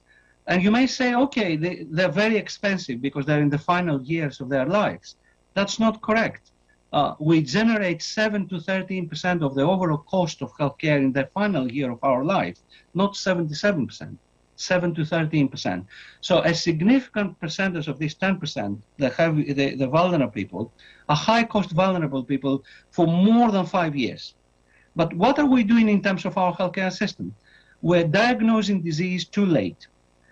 We don't know which interventions work and then don't work for a significant number of interventions. We treat all the people in the same way. We're a factory in the healthcare system. Many mistakes and errors that have to do with the organization of the healthcare system, not the competence of health professionals. I emphasize this, is organizational errors. These are unnoticed, and many lives are lost because of that. There is variable care quality, not only across countries, but also within countries, and also within the same hospital. The workflows we have are not sensible within the healthcare system. We make patients arrive at our silos, different silos in primary care, different silos even within primary care between family doctors and specialists, silos between primary and hospital care, pharmacy care, mental health and physical health and hospital care with long-term care and so on and so forth. And then finally, we do what we do and patients are ignoring our advice.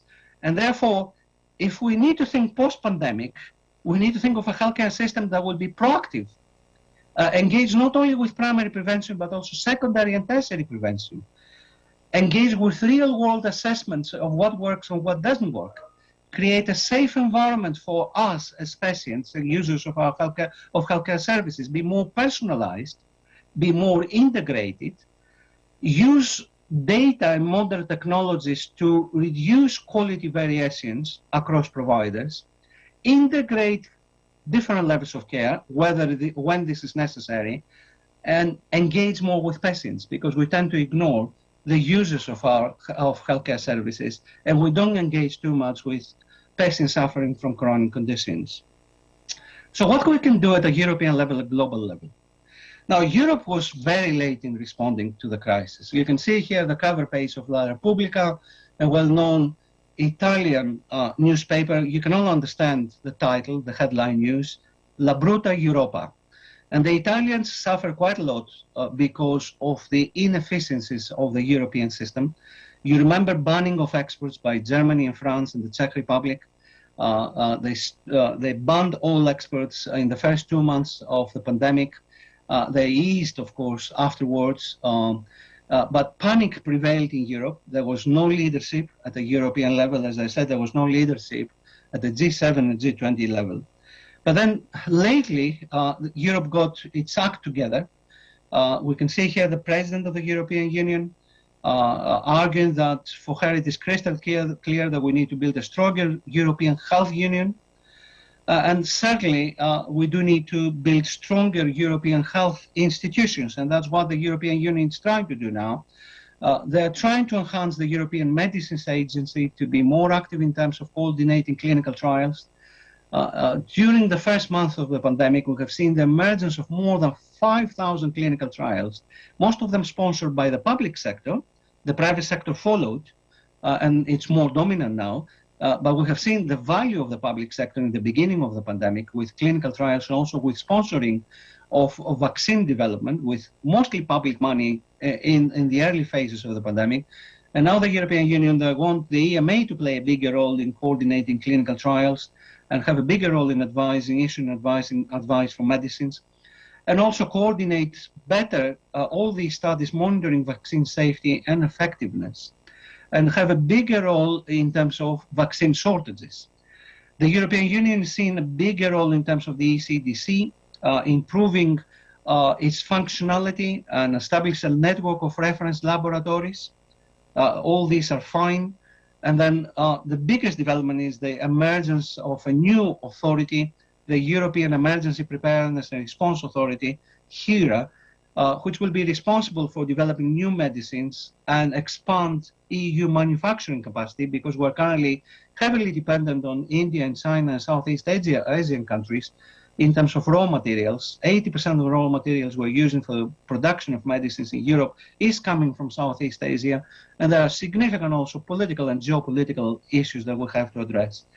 And of course, HERA is supposed to play an important role in coordinating emergency responses in the future. But if you will see from a paper we have recently published in The Lancet, the situation is a little bit more complex.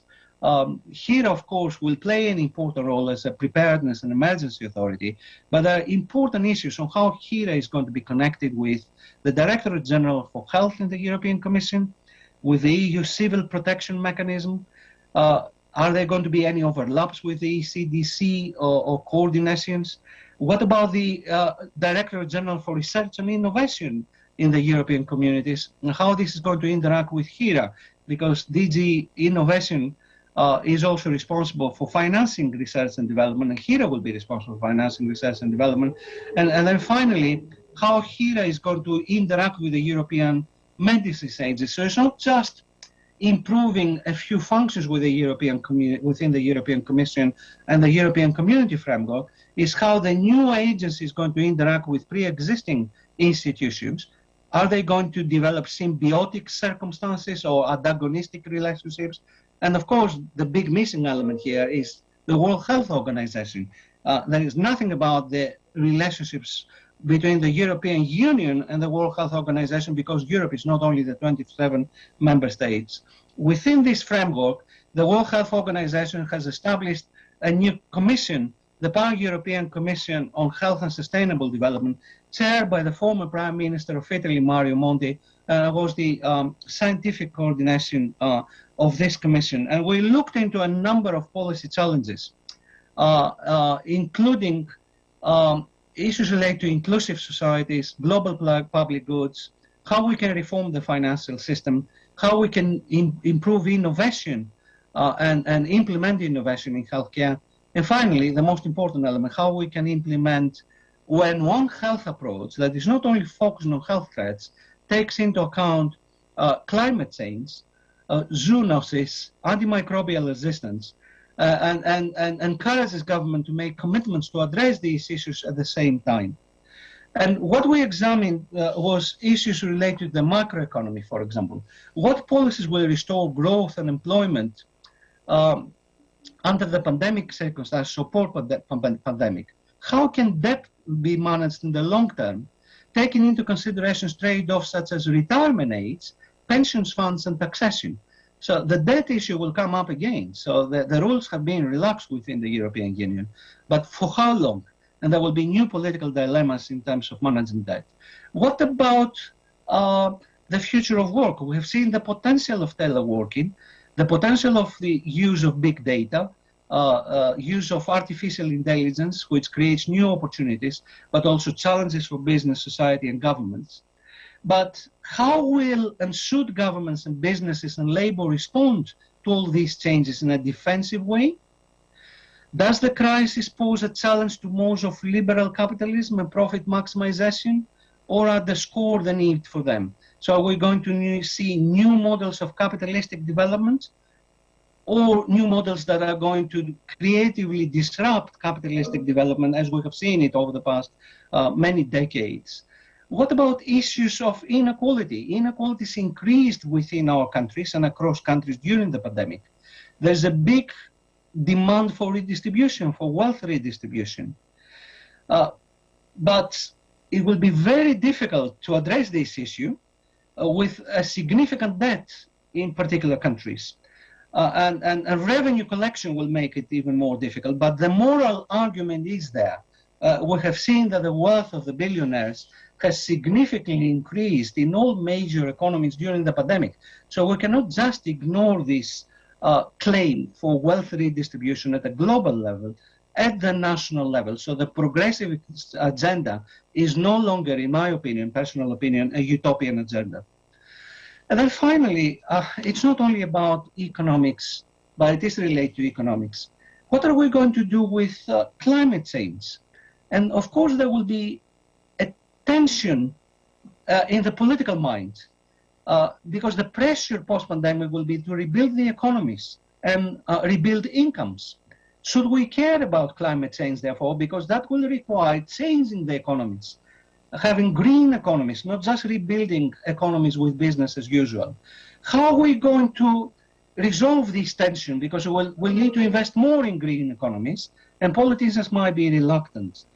And how we're going to address the big challenge of climate change, because without addressing the challenge of climate change, we'll see more epidemics and pandemics in the next few years, with the challenge of internal migration and development of mega cities. And why this is important? Because currently we have at least 763 million people living outside the region where they were born. Huge internal migration in India and in China.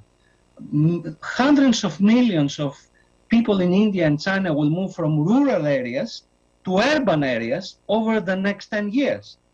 And you will see what will happen. You can see here in Mumbai, a story of two cities, in fact, the more developed one and the less developed one.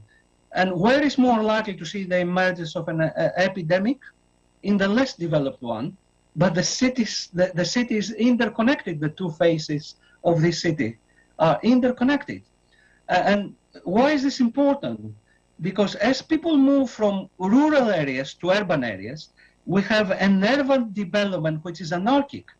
We have a development of these mega cities which do not take into account environmental factors, do not take into account health and social care factors, do not take into account waste disposal, do not take into account the coexistence of people with animals. And you can see how this is going to change. You can see some examples here on how this is going to change over the next 10 to 20 years with the development of huge mega cities, particularly in Africa. See, look at Lagos. They're going to go up from 13 million in 2015 to 24 million in 2030.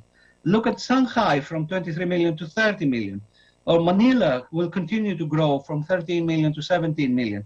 But more importantly, we're going to see the emergence of another 40 to 50 mega cities only in South America, Africa, India, Pakistan, Bangladesh, Indonesia, and China.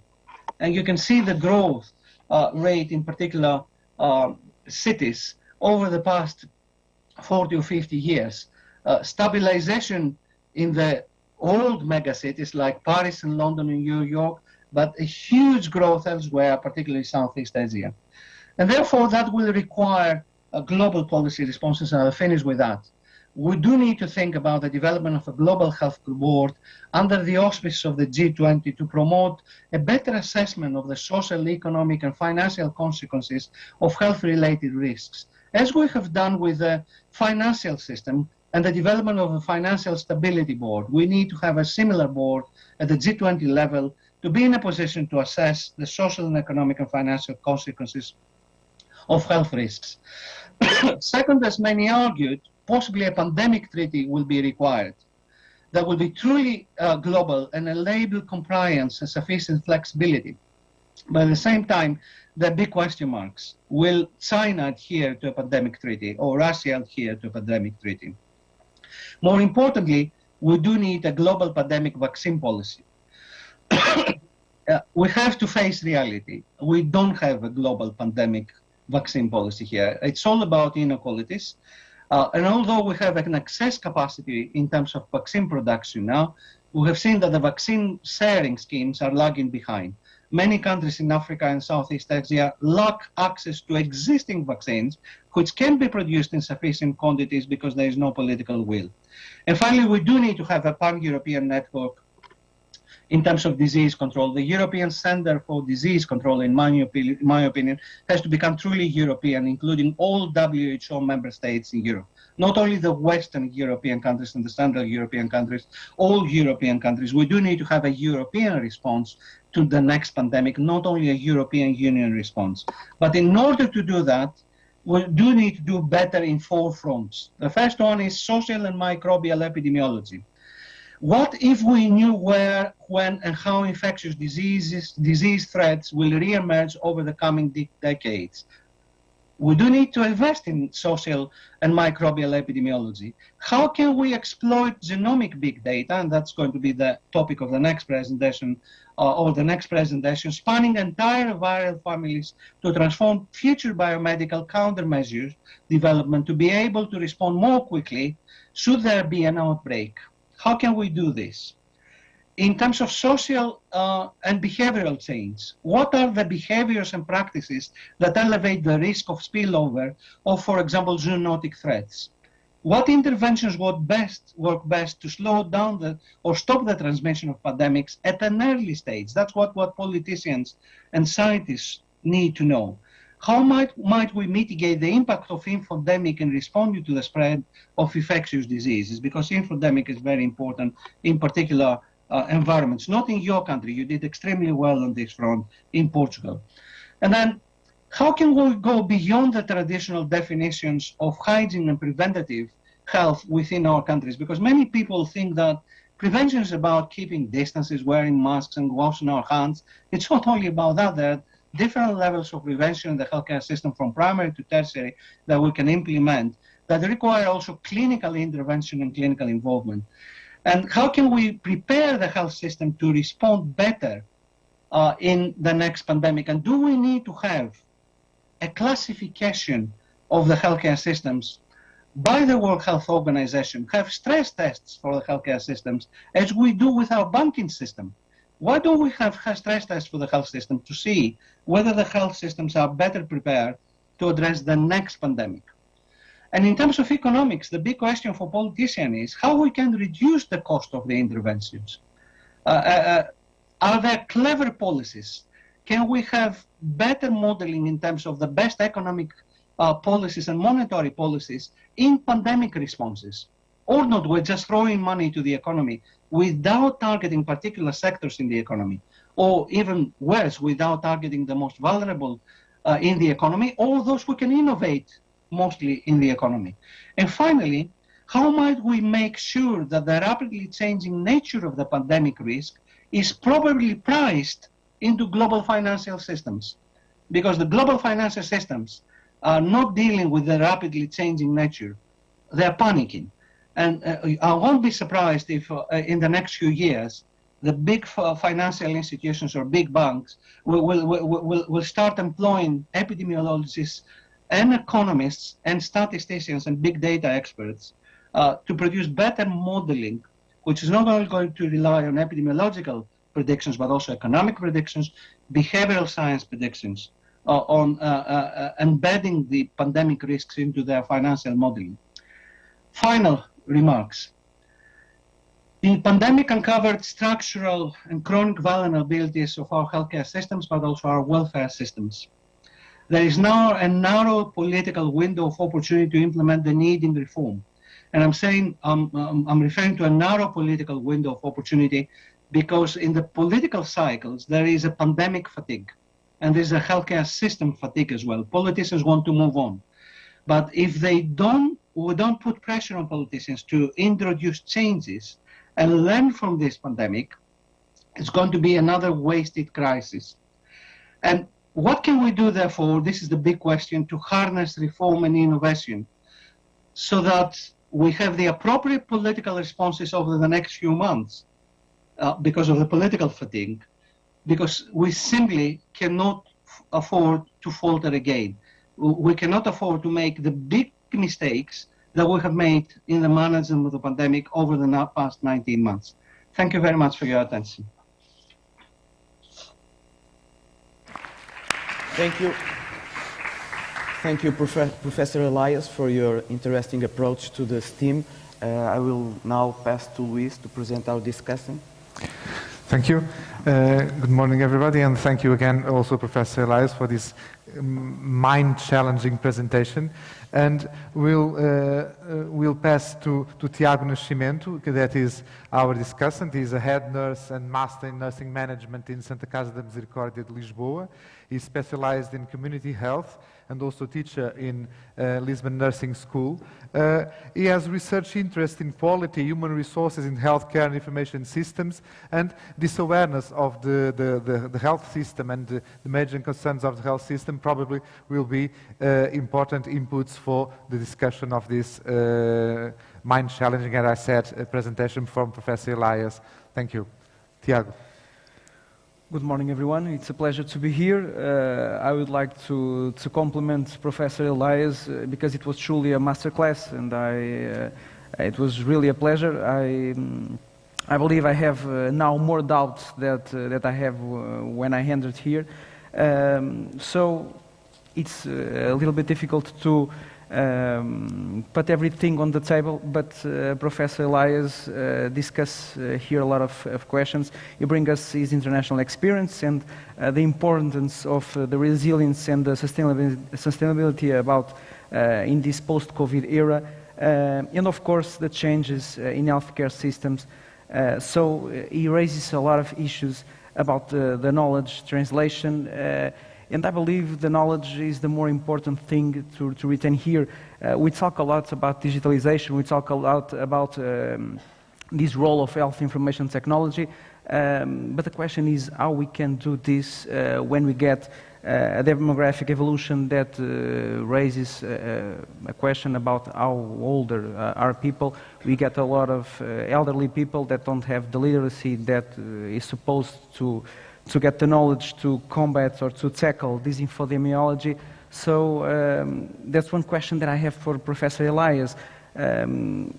In these pandemics, we need to, or we have this problem, that is the question of the quality of the information. So when we talk about health information technology and the quality of this information, how can we get closer to the patient? Because we have to take patients to the center of the decision, and we have to talk about the way that we can bring their opinions and bring them to the problem, because sometimes, I was hear you, the policies doesn't make or doesn't get the patients too close, and sometimes it gets or it brings a gap to our decision. So I would like to hear you talk a lot about the way that we can bring a lot of communities together, or bring a broader way to discuss health or to planning health in a global way.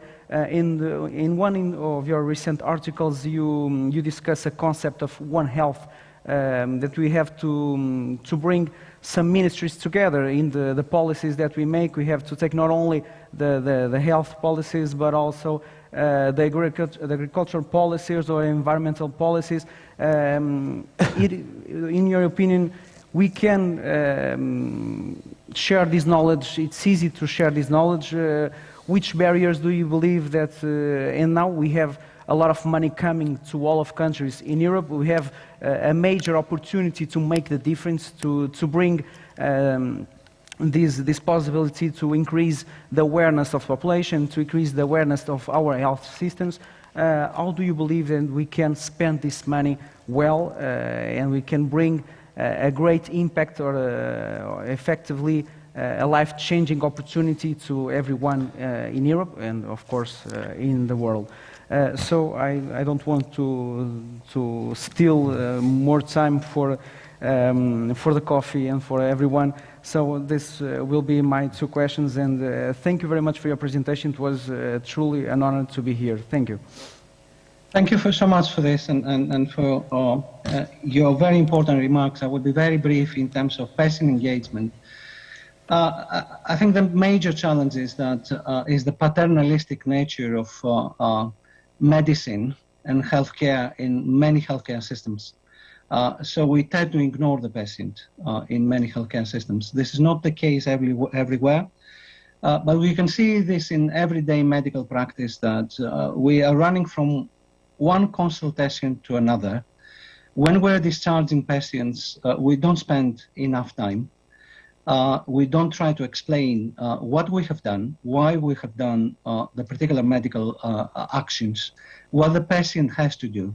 But also many medical doctors, hospital-based medical doctors, fail to also communicate their recommendations to primary care physicians. Part of the problem is also the lack of communication between the hospital system and primary care system, but also the disconnection between the different levels of care. That's why I argued in favor of integration of the different levels of care in order to improve quality, particularly for the high-cost, vulnerable, multi-morbid people.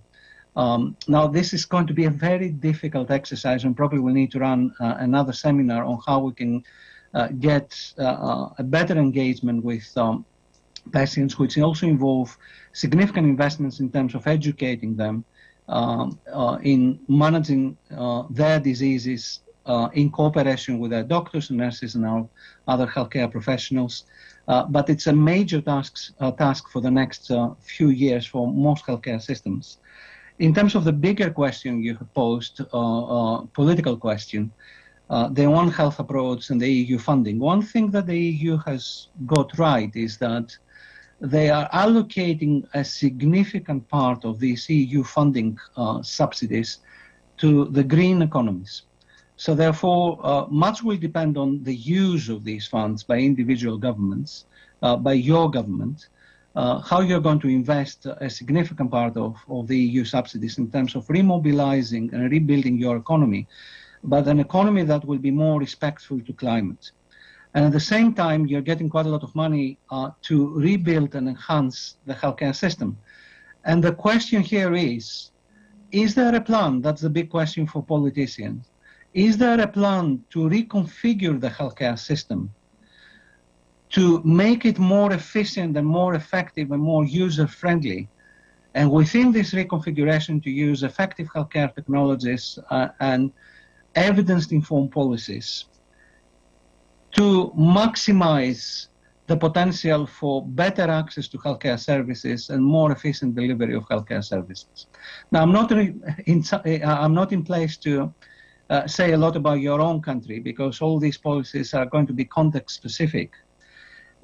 What is, however, a little bit disappointing is that the European Commission made these funds available to the countries without coming up with a framework for the use of these funds.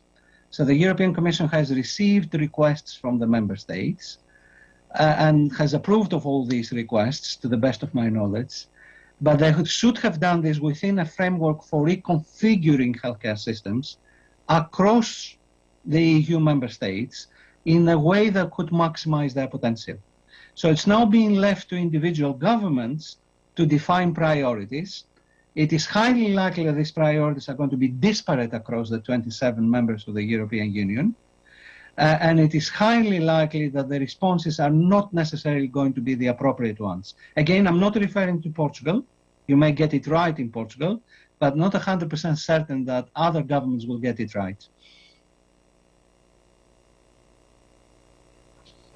Thank you once again, Professor Elias. Thank you to Tiago and to Luis. We are 15 minutes behind, so we'll now have a stop for coffee break. So thank you all once again, and we'll go to a coffee break now. Thank you.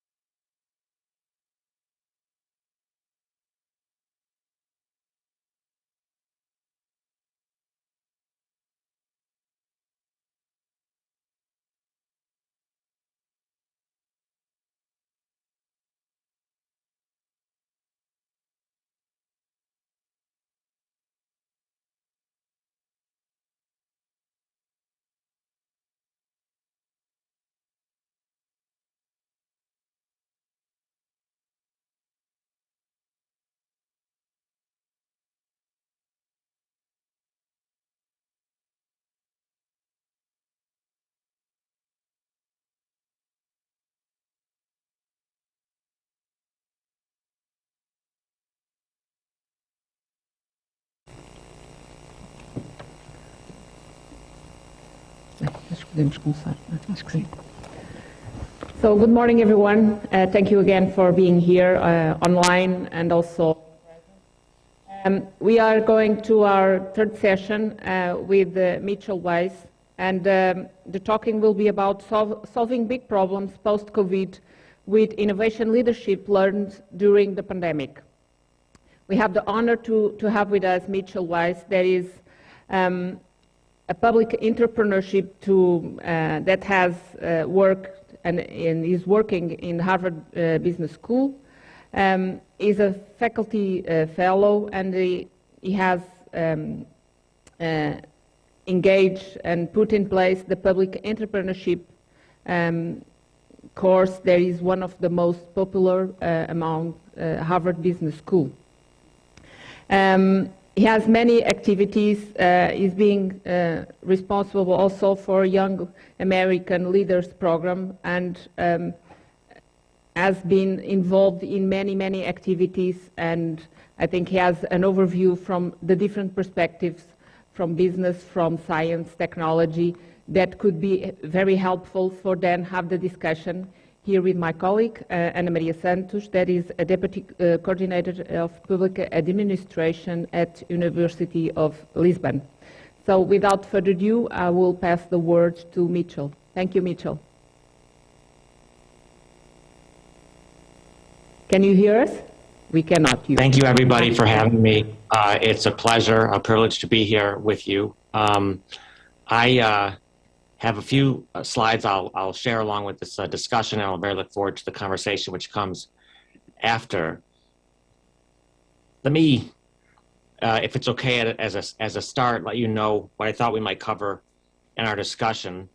I'd like to start actually with a question that emerged on my mind from a prior crisis, actually, one that struck closer to home and at a shorter duration, but nonetheless put an important question in my mind. Share with you a proposed answer to that question, which I'll already tell you is possibility government, or possibility leadership broadly, especially for this group in this context. I want to talk a little bit about what possibility government is, what it would take, and then, of course, for our discussion today, talk about possibility leadership in the pandemic, one case specifically, and also talk about possibility leadership after. What might we learn from what we did in the pandemic to carry forward? So this question that was put on my mind arrived actually in April of 2013, and in the days and weeks and months and years that followed. I was chief of staff to the mayor of Boston here, where I live, and it was a beautiful April day, shattered when two bombs essentially were blown up at the finish line of the Boston Marathon. And hundreds of people were wounded. 3 people were killed, including an 8-year-old boy. And Boston's best day was shattered. But one good thing which started to happen was that the generosity started to flow in from around the world. People everywhere said, how can we help?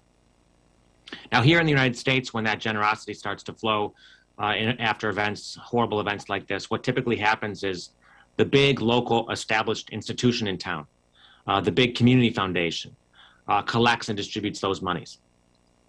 And we happen to know that those processes were actually quite slow when done like that. So for example, it had been more than 120 days since a horrible school shooting at a school in the United States called Sandy Hook, which killed many children and some adults, and not a penny which had been donated for those families had made it to them. And it was never going to bring back their children, but these were gifts from the world intended for them, and they hadn't made it there. So we decided in the wake of the marathon bombings that we were going to try something new in government and with our private partners, that we were going to stand up our own new fund. And this was not something that the head of our local established institution in town was very happy with. A wonderful person, by the way, truly wonderful person, by the way.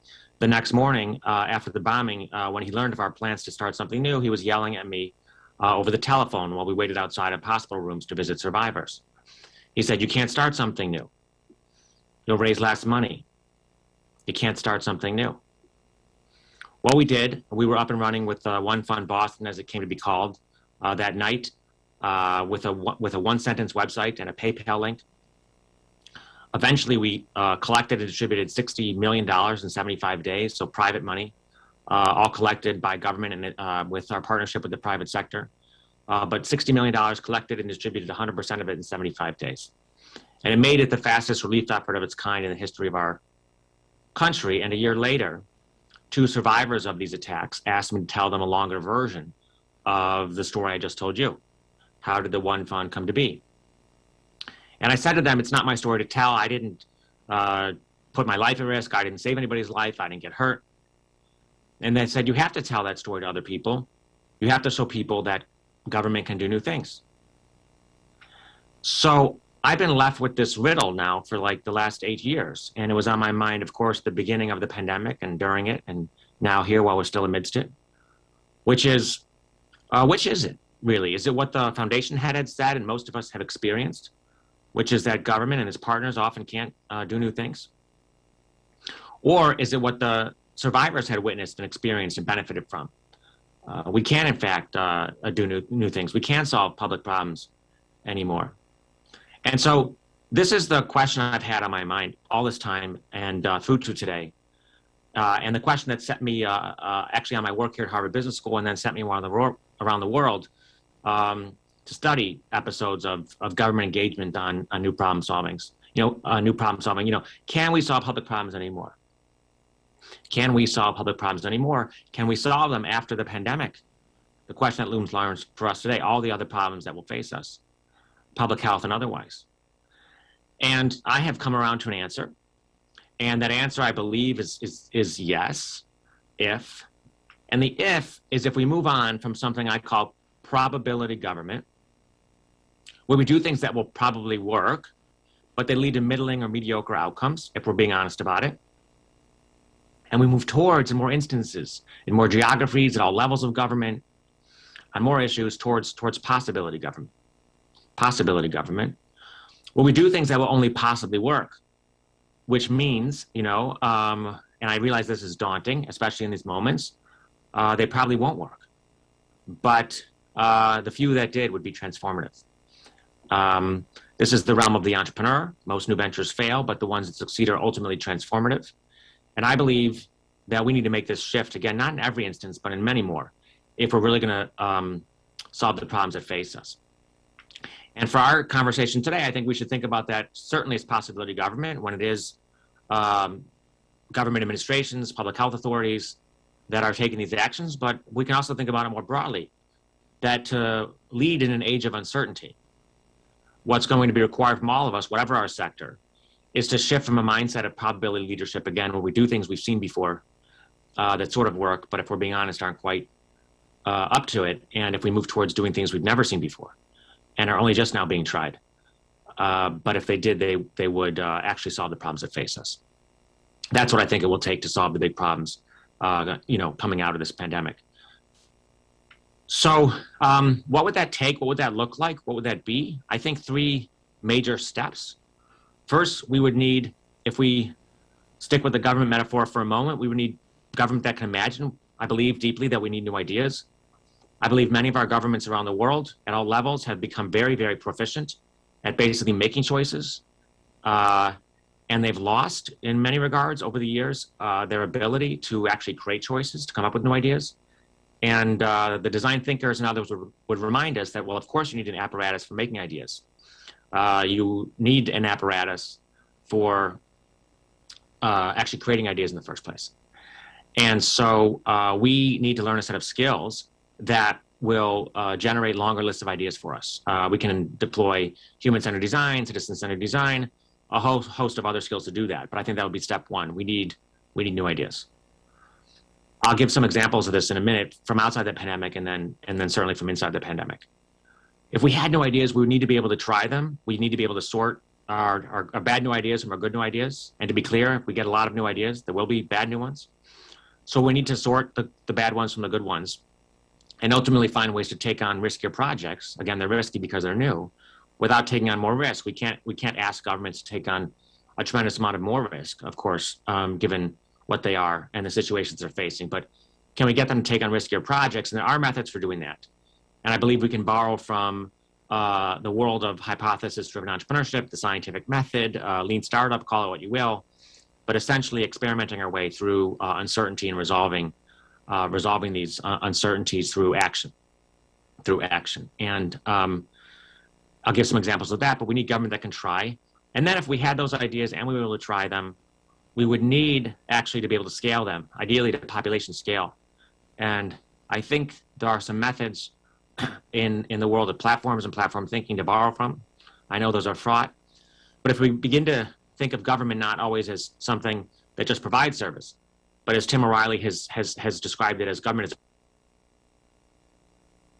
we might actually be the layer on which others innovate to provide services, or others come together to exchange data or goods or services. We might actually be able to scale our work at population scale. So I think what possibility leadership takes are new ideas, ways to try those new ideas, and ways to scale them. And I think from the worlds of design, entrepreneurship, and platform thinking, we might borrow some and adapt some of those approaches.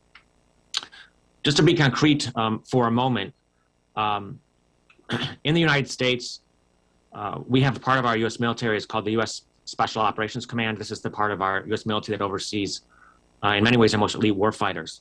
The Navy SEALs, which many people know about, the Marine Raiders, the Army Rangers.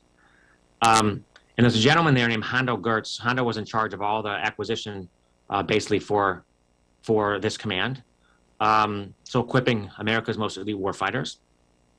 I met Hondo when he had set up a part of the Special Operations Command in an old tattoo parlor, a part that he called SoftWorks, in order to try to help the Special Operations Command become more innovative yet again.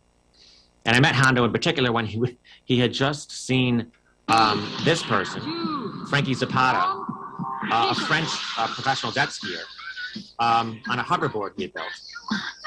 After Zapata had placed this movie, this clip of him flying his hoverboard for the very first time on YouTube.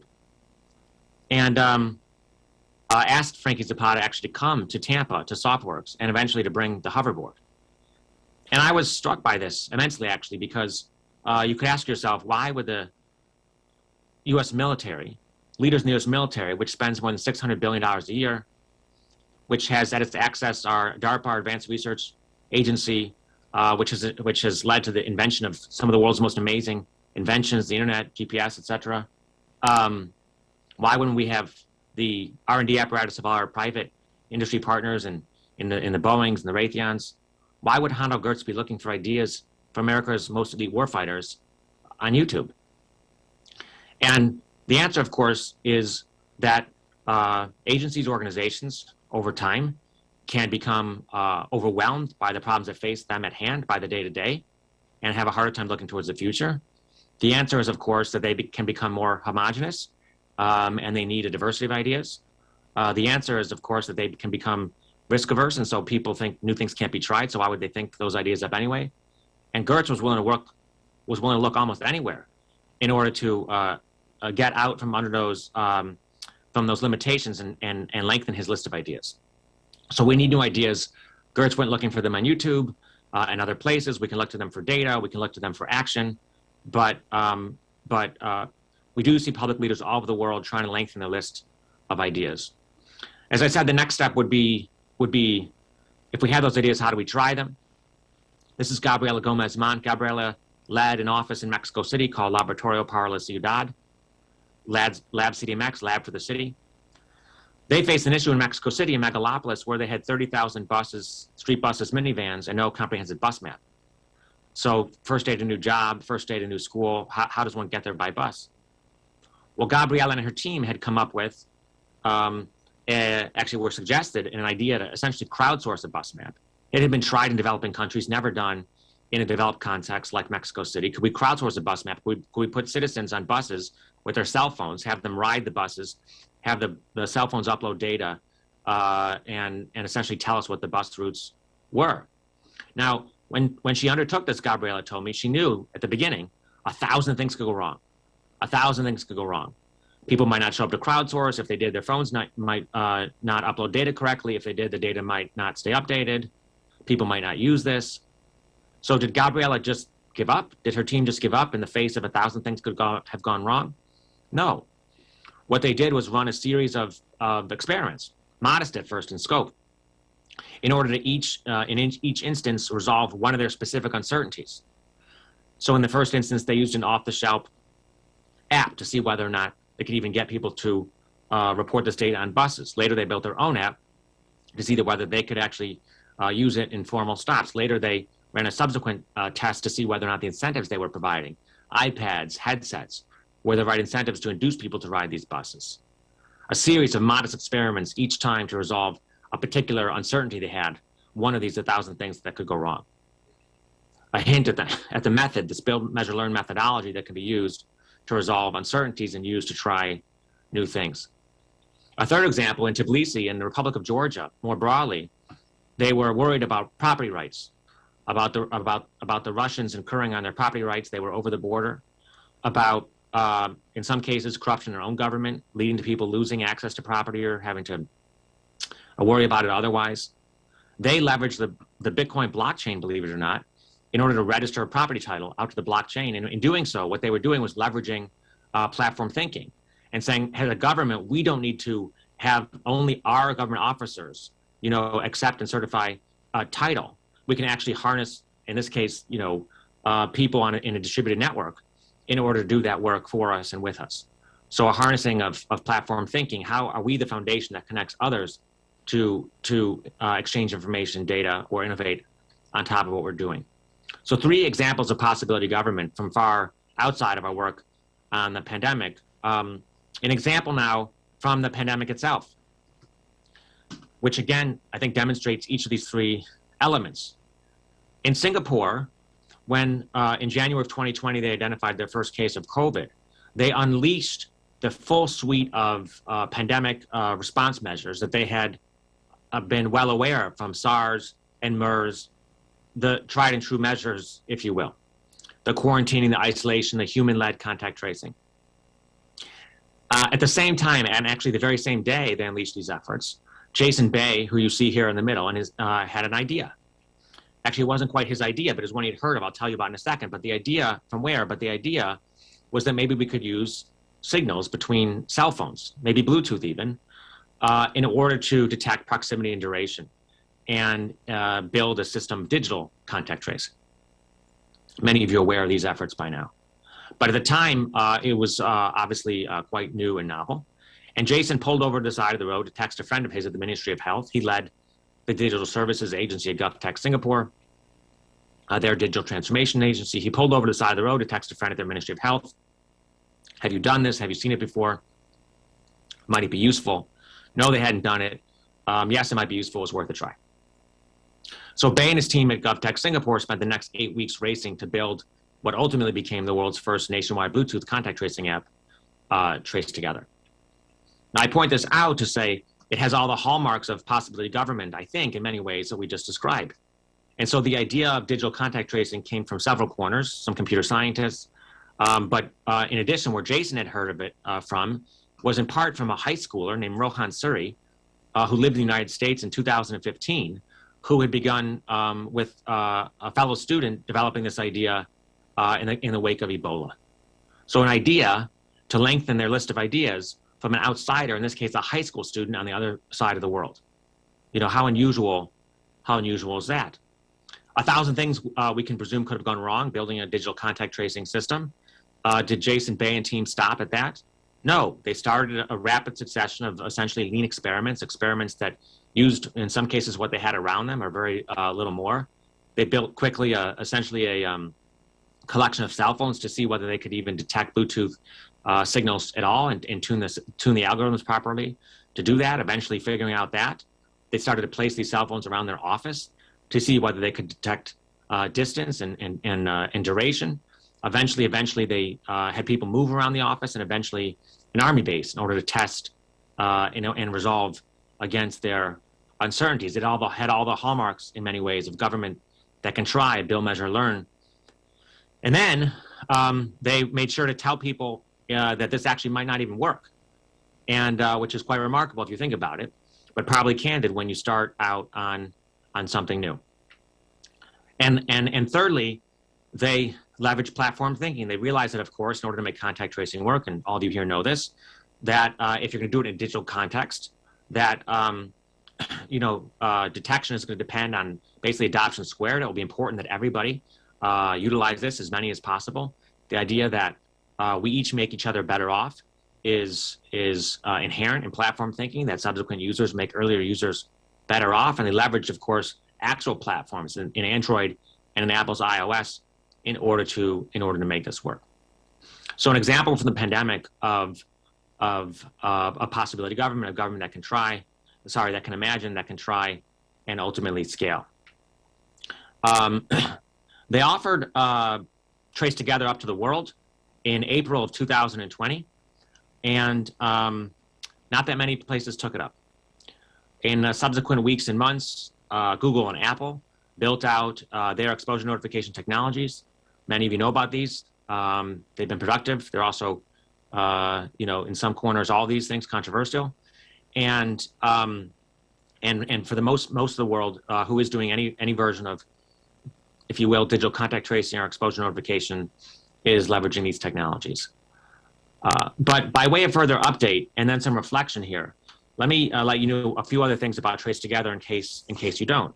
So in its first 2 months, so in like April and May of 2020, Trace Together generated almost no useful data, okay? Almost no useful data. Adoption rates were very low. The system had not been integrated into the Ministry of Health systems. The contact tracers were getting access to the Trace Together data after they had already completed the manually intensive versions. So essentially after it would have been useful at all. Okay, but then the team worked on integration of many back-end systems. One effort, for example, consolidated all of the PCR and antigen tests into one single national repository. This allowed the team to look for corresponding registrations within the Trace Together ecosystem.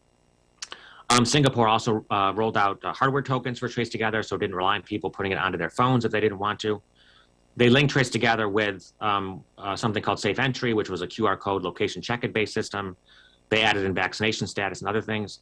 Overall, so coverage by September of 2021 was effectively 100%. So 100% by last month. Now, some of this was driven by voluntary behavior, and other was essentially compulsory, and I don't want to paper over that. But the rate essentially worked its way up to 100%. Note that Trace Together didn't do very much at the beginning. It wasn't very effective at the beginning, also in part because Bay and his team had essentially tuned it not to create too much workload for the manual tracers who were already issuing many quarantine orders. But by 2021, when January of 2021 of this year, when there was more trust between the Ministry of Health and between GovTech and more Singapore and more faith in the technology, the Ministry of Health actually asked GovTech to essentially start sending them more pings to reduce their sensitivities and allow even more false positives they needed to. They could handle that as part of their system. So they were doing more reporting to the Ministry of Health. The most astounding, I think, data out of this is that these days, the time from you recording a positive COVID test to your contacts being notified has been shrunk to about 24 minutes in Singapore. And certainly almost less than 1 hour from the time of a positive test to your contacts being notified and being told how they might isolate or quarantine if need be, down to less than 1 hour. And I think many of you know that the public health researchers have written papers that show that basically if you want to get ahead of the virus, you're doing contact tracing, you need to be within, within a window of basically 3 to 4 days. And the Trace Together has in Singapore helped reduce the overall time it takes to find these contacts at a systems level to well below 4 days. And so Jason Bay would be the first to tell you that GovTech Singapore has not been the major contributor to Singapore's relatively low, although increasing of late COVID rates and COVID fatality rates. It's not been the major contributor, but it's been a contributor, and it's been a contributor especially as it relates to speed of contact tracing, which is essential in reducing, obviously, chains of transmission and overall spread. And so I share this with you for a couple of reasons. One, to point out, I guess in one more specific sense, that sometimes we turn away from new ideas too quickly. So when this was offered to the world in April of 2020, there wasn't a lot of enthusiasm for pursuing these kinds of protocols. And I think there are a number of reasons for that. One was concerns about values and privacy. And if those were jurisdictions' reasons, then those persist, and that sort of, they seem well-founded. But if people turned away from this because it wasn't working at first, well, it's worth actually revisiting that notion, because over time, of course, they learned how to integrate better with the Ministry of Health. They learned how to have these tests feed into their dashboards, and it became quite effective. It's an invitation, as the social scientist Jim March would say, sometimes to be impatient with old ideas and patient with new ones. He would point out that the eventual effectiveness of a new idea is a product of both its inherent utility and our proficiency using it, right? Its eventual effectiveness is a product of its inherent utility and our proficiency using it, and our proficiency at the very beginning is relatively low. In this case, our integration with the manual tracing process.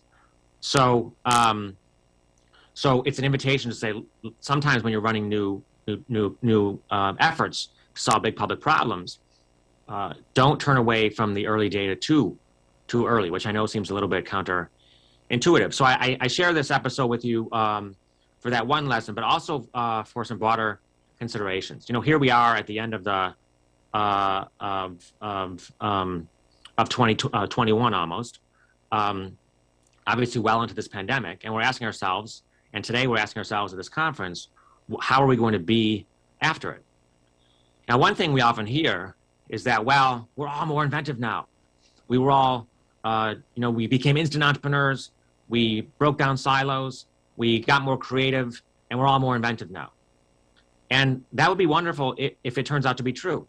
I certainly hope that it is. But I can imagine out of fear or anxiety, out of exhaustion, that we return to our old ways. In fact, there's this phrase which has been used across the world, a crisis is a terrible thing to waste. This becomes a rallying call in crises to make the changes we've been waiting to make for many, many years. And I would observe that these two sentences seem like they cannot coexist. One or the other can be true, but not both. Either we are all more inventive after a crisis, which is wonderful, or we return to old habits, and so the imperative is to make the most of the crisis that we're in to make the change while we can. The second, right, a crisis is a terrible thing to waste, is actually a pretty depressing strategy. It suggests we need to wait around for bad things to happen to make change. And it ignores the fact, of course, that bad things are happening all the time around us while we wait. And so I certainly hope that the former is true. We're all more inventive now. And I'd point out that if we'd like it to be true, that one of the things that we can do right now is to reflect on our actions, the actions of the organizations that we were involved in, those we partnered with, the activities around the world, and say, what did they do during the pandemic? What have we been doing of late? And how could we define those, and so that we might replicate them on other efforts coming out of the pandemic? And I offer up, that if you reflect back on what you did or what you are doing, you'll note that you went out for more ideas than maybe more typically to more places. You'll note that somehow, either because you were alert to the scientific method or because you just stumbled onto it, that you build, measure, learn your way through uncertainty instead of planning your ways always through it, instead of waiting 2 and 3 years for the consultants to come back with their reports and the RFPs and things. And that if you even look, you'll find ways in which you said, look, we can't do it all ourselves, but we can build a foundation and enlist other people to do it with us. And so my hope is that, yes, we will all be more inventive now, and then in part we'll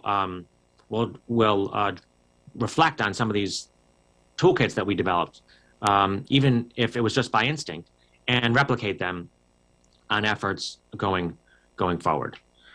I will say in closing here that I hope that we will embrace possibility in these days during the rest of the pandemic and afterwards. I hope that we'll move from probability to possibly, as I said.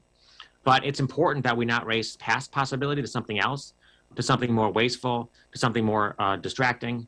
And so I've went around over the course of the last couple years to all the people I met around the world studying possibility government and asked them, you know, how do you sort out possibility from delusion?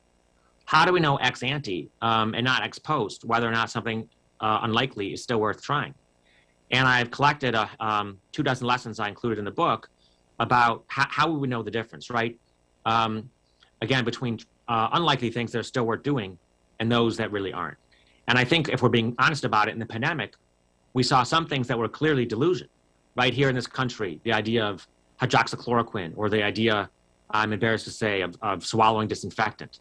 You know, just so blatantly, obviously delusion. But otherwise, it's actually harder to tell. When you heard a new idea suggested, close down cities earlier or open them up early, how did you know whether it was a new idea worth trying? Was it your politics? Was it the person suggesting them?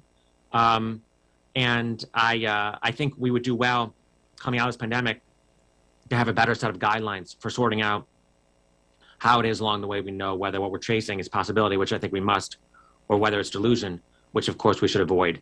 And so I have obviously gathered a host of suggestions in the book, and whenever I have discussions, people always suggest better ones, and I invite you to certainly as well. I do believe that we can do this. I'm hopeful, actually, that we can be inventive in this moment and beyond. We have been over the course of human history. The pandemic in many ways was just another reminder about how inventive we can be when pressed. And I hope that we will find ways to do that again and again here on other issues as they relate to public health and, of course, more broadly. And I thank you very much. Thank you. Anna. Thank you so much for the invitation to be here. It's an honor to be with all of you and here to discuss some ideas with Professor Mitchell, which I thank for the excellent presentation. Reading about the abstract and now hearing about your presentation, some thoughts came to my mind and some doubts also. So I think the pandemic has put an urgency in all actions and in all decisions. And my concern when I hear this experience you told us about the creativity process and innovation is when I think how things work here in Portugal. Because when we think about government actions, I don't think we have this kind of participation and this kind of openness from the government to be receptive to ideas that come from citizens. And that, of course, has to do with our public administrations being so different. We have different administrative cultures, and so the way the government works, the way the state is governed, is very different from America and from here in Portugal. Here, the rule of the law is very important. It's the way that gives legitimidade, that gives the power to the government to act. Without that act from the law, government can't act. And I think that somehow changes the way things work here in Portugal. And one of the things it's a perception, of course, because I'm also an academic and we all had to adapt to these circumstances about the pandemic impact. But I see that managers in all areas, in all sorts of sectors, private sectors and in the public sector, were all forced to find new solutions for new problems never seen before.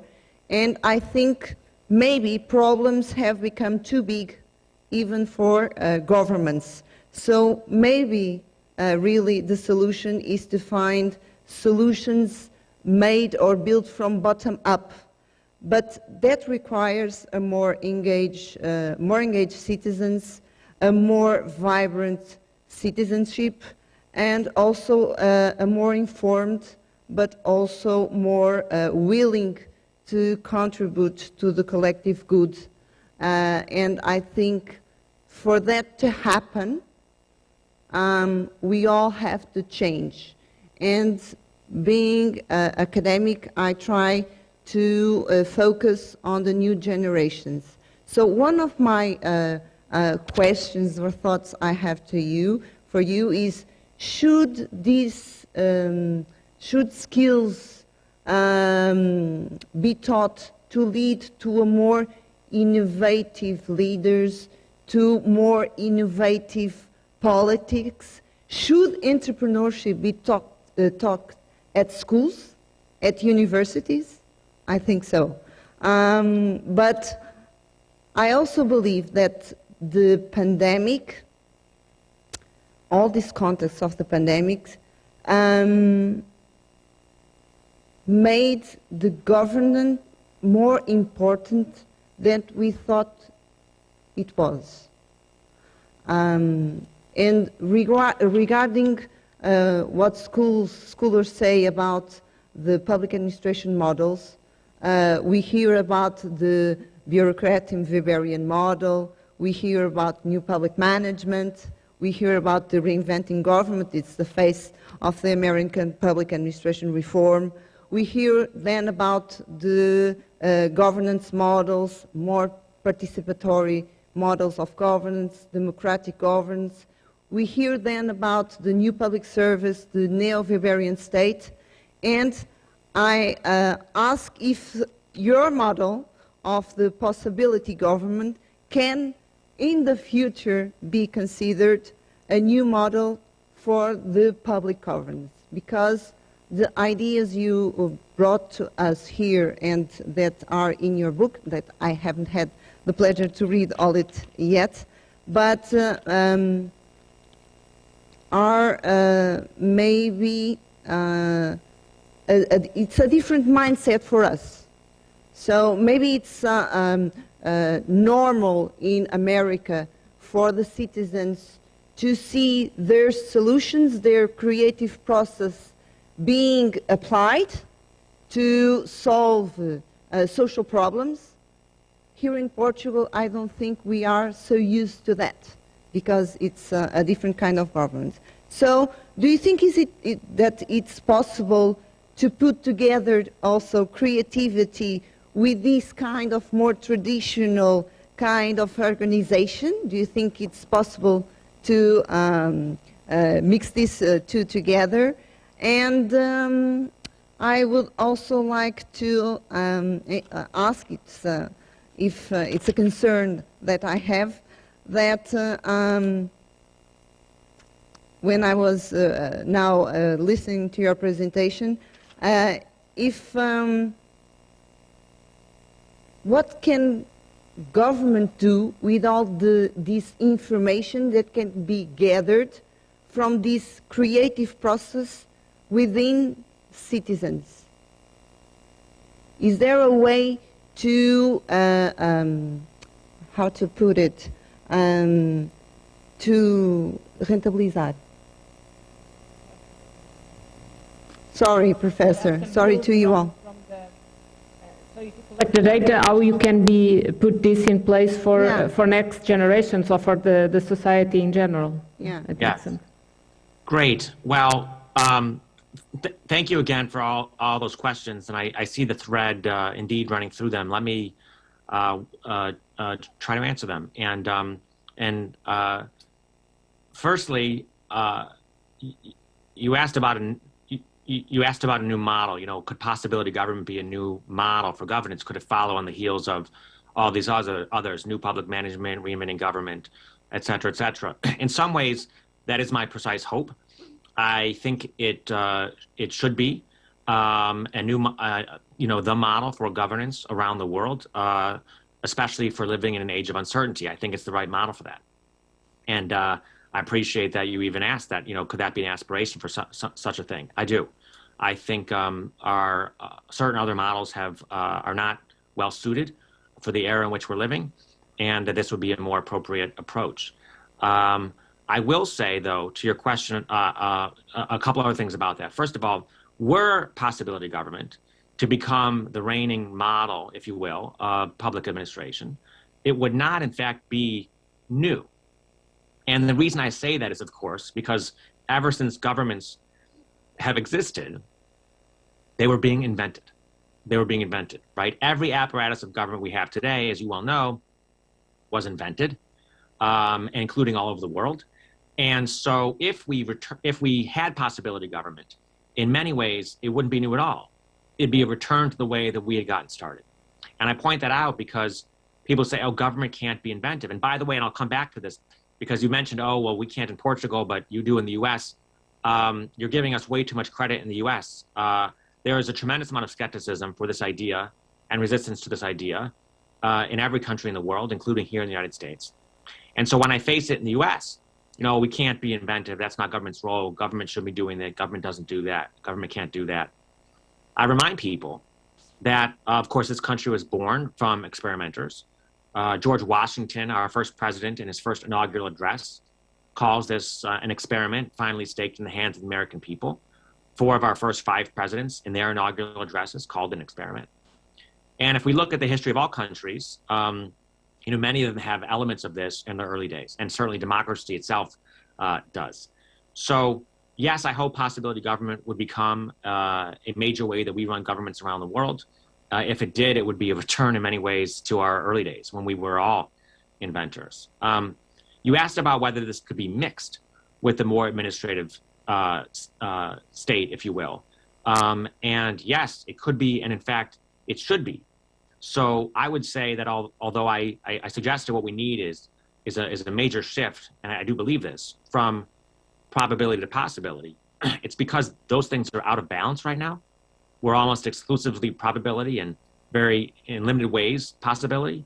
But we should actually combine them and be undertaking both mindsets. So in the business and organizational behavior literature, you know, March, who I alluded to, basically refers to this dichotomy as exploit, explore. Organizations need to have the capacity to exploit their present and their skill set that they have already, and explore the future and probe the future. My colleague Mike Tushman, his co-author Charles O'Reilly, talk about ambidextrous organizations that can look to the past and the future at the same time. I believe deeply that what we need is ambidextrous government. We need government that can be probability-oriented and possibility-oriented, both, so that on some issues where, you know, there is a strong evidence base, where there is actually quite a lot of success, we should just execute probability government. We should just scale things that are working and run through the processes, as you allude to, of the administrative state. And where we have huge amounts of uncertainty and we have to try new and novel things, we should tend towards possibility. So you asked whether we could mix these two things, and I believe, in fact, we must. We should have possibility government. And if we did, we would have ambidextrous government. We would have government that could be future-oriented, of course, but also present-oriented at the same time. And just to make this concrete, I always talk about, you know, imagine the public works commissioner in a city, anywhere in the world. What we need is for them at some level to be able to have a meeting at 9 o'clock in the morning on, you know, the key performance indicators for did trash get picked up? And then to be able to have a meeting at 9:30 on, you know, the new drones for picking up trash, right? You can't do the drone stuff unless you're doing the basic stuff. So we need to actually have both these things. I believe that deeply. You asked about skills and about a younger generation. And let me answer your question directly and then offer some supporting points. Yes, absolutely yes. We should be teaching entrepreneurship to younger generations. We should be teaching public entrepreneurship to younger generations. We should be teaching, therefore, possibility government in programs on government and policy. We should be teaching it in business schools. Absolutely. And to go along with it, the skills of entrepreneurship, of data science, of software engineering, of ethics, all the skills we'll need to execute on possibility government and public entrepreneurship. We should be teaching those skills. There are efforts, of course, at doing so. There are programs afoot across the world to enlist young people into these careers, if you will, to entice them. I'll mention just one specifically here in the United States. In recent months, the Biden administration did announce the launch of something called the U.S. Digital Core. It was co-founded by Chris Kwong, who had been only a few years ago an undergraduate here at Harvard University, who saw that with others, that we needed to get young people who are interested in technology and data science and the like to go work for their governments. And so the U.S. Digital Core will be a way to get people coming out of undergraduate school or out of apprenticeships to go take those skills and to turn them towards solving public problems. You mentioned reinventing government.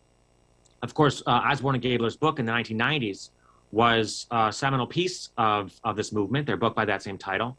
And for me personally, it changed the course of my life. I read that book when I was in college. It came out when I was in high school. It showed me a person who had an interest in being entrepreneurial. I had started little businesses on the doorstep as a kid, and who had shown interest in public service. I had once, in fact, dressed up for Halloween as a voting booth. Their book, Reinventing Government, showed me that you can combine these interests in building things and in public service. And in some ways, I do very much hope that my book, We the Possibility, will be that book for another generation. That they'll show, as you allude to, a generation, a rising generation that is interested in entrepreneurship and technology and innovation, and show them that, yes, you can combine that interest with your interest in public service, in solving public problems, and you can live a life well lived that way and make a tremendous impact in the world. I hope that the book can do that, and I believe deeply, as you said, that we should be teaching these things. And to your concern about, well, maybe in the U.S., not in Portugal, I just want to say again, I hear from every country in the world, almost every country in the world, when they call me and ask me for advice on this. They say, oh, we are the most statist. We are the most bureaucratic. Oh, we are the ones that can't do this innovation stuff. And I say, well, it can't be that you're the most, because I just heard from somebody else earlier today. So every country, every city has the sense that they could be doing more on this front. And I don't ignore the certain cultural and political differences across the planet, but I will tell you that there's a movement afoot for possibility government on basically every continent, and pockets of it in almost every country. And nowhere have we achieved it in large measure yet, but in almost every place we could. Okay. Thank you.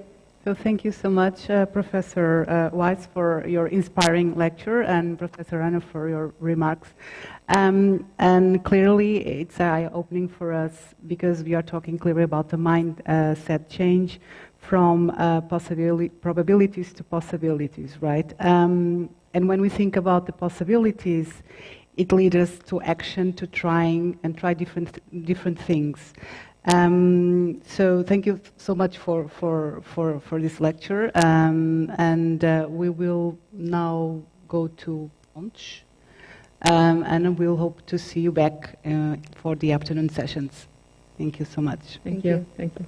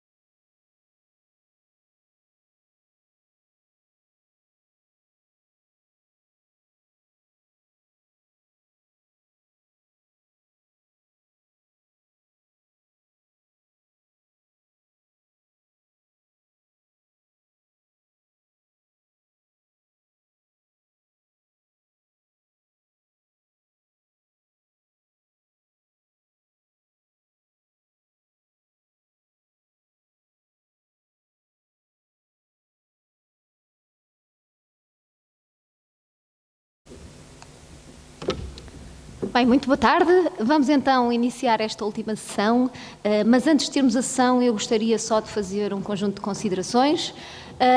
Número 1, queria, como membro da Comissão Executiva do Consórcio e como representante da Universidade de Lisboa, queria começar por muito agradecer à Universidade Nova de Lisboa termos muito bem recebido ao Consórcio a este evento. Em segundo, queria também agradecer aos restantes membros da Comissão Executiva, que foi um gosto trabalharmos em conjunto na montagem deste evento, em que temos os representantes da ULisboa, da Nova, da Glint, da Novartis e da Câmara Municipal de Cascais. Queria também muito agradecer toda a colaboração dos membros do consórcio por terem estado aqui hoje, a audiência, assim como um grupo de profissionais das nossas instituições que nos apoiaram na organização deste evento. Não esquecendo também o papel dos nossos patrocinadores, em como foi central termos tido o apoio da Santa Casa de Misericórdia, da Glint, da Novartis, da Câmara de Cascais, da Universidade de Lisboa e da Universidade Nova, em ter os recursos que asseguraram este evento. Penso que neste ponto do dia podemos dizer que os objetivos foram mais do que cumpridos. Um dos principais objetivos era juntar os membros do consórcio, fazer um ponto de reflexão sobre o que é que foi o Covid e o que é que nos espera. Por isso conseguimos ter as mesas redondas e todos do que vimos até agora existiu uma elevada qualidade em toda a discussão e que nós achamos que é indiscutível que teremos que circular os vídeos porque houve aqui muita discussão e de coisas que muitas vezes nós não vemos discutidas na televisão nem na imprensa. Gostaria também de vos falar um bocadinho do que tem sido, do que é o consórcio, muito rapidamente para terem uma noção.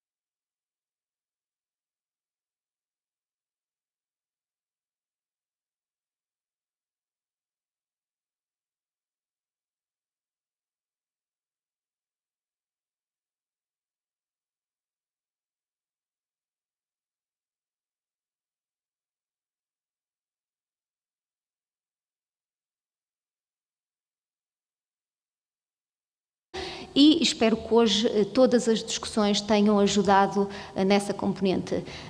Overview, de manhã aprendemos com algumas práticas, com a experiência internacional, vamos ouvir aqui um breve sumário, e à tarde acho que foi a parte, do ponto de vista de contributo, mais diferenciado, tivemos todos os parceiros a expressarem um grande leque de opiniões contrastantes sobre um conjunto de tópicos que metemos.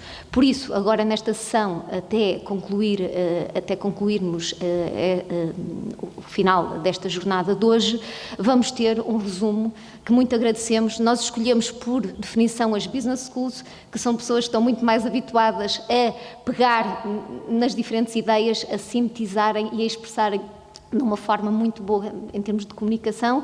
Por isso temos aqui 3 representantes de Business Schools, a professora Luísa Lima, a professora Aida Tavares, o professor Francisco Veler Roxo, respectivamente do ISCTE, do ISEG e da Católica, que são nossos parceiros, que nos vão ajudar agora a tirar o sumo do que foram as discussões e que pretendemos que seja algo que se retira daqui. Muito obrigada a todos.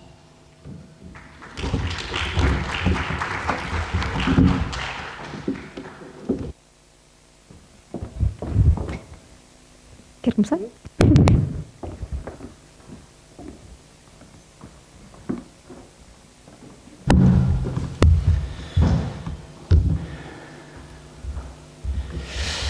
Então, a nossa mesa era sobre as questões da educação. Eu, apesar de ser do ISCTE, não sou da Business School, sou do ISCTE Saúde e espero, portanto, estar a representar bem aqui os meus colegas da gestão e não fazer muito mal.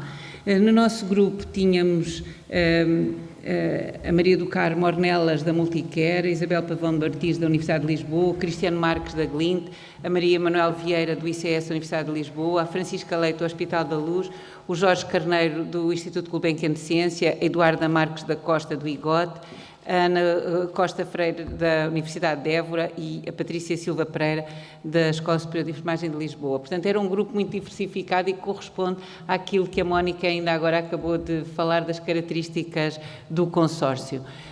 Aquilo que nós falámos, acho que arrumamos em dois grandes temas. O primeiro é o que aprendemos com a pandemia e o segundo, mais centrado nos desafios que temos para o futuro. O que aprendemos com a pandemia foi muito interessante durante o dia, as questões ligadas à inovação que neste período do Covid houve nas universidades, nas empresas e nos serviços. A enorme capacidade de adaptação ao digital na formação, mesmo em situações difíceis, como sejam os estágios, ou os treinos clínicos, ou os projetos de investigação, em que passámos muito rapidamente para ensino à distância, com formação intensiva, com adaptação do treino, mesmo prático, às condições do Covid. Houve novas oportunidades, nomeadamente acesso a professores estrangeiros que se tornaram mais próximos na formação, a ligação grande à comunidade e à sociedade com práticas de rastreio do desenvolvimento das vacinas e dos medicamentos que tornaram as universidades muito mais próximas da sociedade, a partilha de informação na comunidade científica. Houve práticas nunca vistas de cooperação na comunidade científica ao nível da investigação e ao nível da publicação, com sistemas de pré-print e sistemas de peer review. E, por outro lado, também se salientou a visibilidade social do trabalho na saúde e da produção da ciência. Foi muito visível o processo próprio processo de desenvolvimento da ciência, como é que a ciência avança através de controvérsias, através de erros, através da incerteza. Isso nós pudemos assistir dia a dia nos telejornais a esse processo que, para alguns, levou a um aumento da literacia em saúde no público em geral. Pelo menos o público em geral passou a ter uma ligação diferente com as questões da saúde, e essa ligação entre a ciência e a sociedade. O Covid é um marco, penso eu, nesta fase. Houve também, nas várias pessoas que ali estiveram, uma série de situações em que tomámos consciência de fenómenos. Tomámos consciência da importância da componente experiencial e presencial na formação. Quer dizer, percebemos que há muitas coisas que podem passar online, mas que há uma série de aspectos implícitos e de aspectos relacionais da formação que é muito difícil passar para o online. Houve necessidades de desenvolver novas competências, quer nos alunos, quer nos docentes, quer nos profissionais, e nomeadamente competências que não têm a ver com os currículos tradicionais de formação, como seja o trabalho em equipa, ou a empatia, ou a confiança, ou mesmo a tolerância ao erro, etc., que são skills que parecem muito importantes e se tornaram muito importantes nesta altura para conseguir chegar ao fim, e a importância, claro, dos outros e da aprendizagem presencial, em que houve imensa criatividade para construir espaços de diálogo online, mas também houve muita consciência de que o isolamento era grande e que as redes sociais não chegam para tudo. E, finalmente, houve uma enorme consciência da nossa vulnerabilidade. Pode aparecer um vírus que nos põe todos em casa, e isso era uma coisa que há 2 anos nós, se calhar, não tínhamos essa consciência, e por isso tornou-se ainda muito clara a necessidade de nós promovermos a saúde para sermos mais resilientes e comunicarmos melhor a saúde no cotidiano e nas práticas para aumentarmos essa maior tomada de consciência. Por outro lado, aprendemos muito sobre os custos sociais da doença. Quer dizer, os custos sociais do Covid nas famílias, no teletrabalho, nas escolas, os custos para de grupos específicos, como os jovens, as pessoas mais velhas, os pais, as pessoas que tiveram grandes problemas de conciliar o trabalho com a família, as desigualdades sociais. Acho que se alguém tinha dúvidas de que as doenças não são só uma coisa de médicos, bastou o Covid para se perceber que as doenças são muito mais do que um fenómeno médico, e as desigualdades, quer as desigualdades digitais, quer as desigualdades sociais, quer as desigualdades profissionais, pessoas que têm de ir trabalhar presencialmente e não podem fazer o seu trabalho online, tornaram-se muito claras nesta pandemia. O sofrimento psicológico enorme, o aumento enorme ao nível das universidades do pedidos de apoio psicológico e mesmo também alguma perda de direitos dos doentes e das famílias no sistema de saúde, de que ainda não recuperamos totalmente. Portanto, estas foram uma série de aspectos que arrumei nestes 3. A inovação rápida que surgiu, houve uma série de coisas de que nós tivemos de tomar consciência e depois houve, nomeadamente ao nível dos custos sociais. Não sei se algum dos meus colegas de mesa quer falar, mas algum mais. Finalmente, pensámos para o futuro que desafios é que nós temos e há uma série de desafios que nos pareceu que eram muito importantes, que têm a ver com como é que nós vamos trazer esta revolução digital que nós vivemos para a educação e para a formação. Parece que incluir a componente online na formação parece ser consensual. É bom trazermos algumas coisas do online para a formação, mas sem fazermos, como dizia uma das pessoas, uma universidade Zoom. Quer dizer, temos de saber quais são os componentes que podemos passar online e quais são aquelas que têm de ser presenciais. E eu acho que esse balanço ainda não está feito.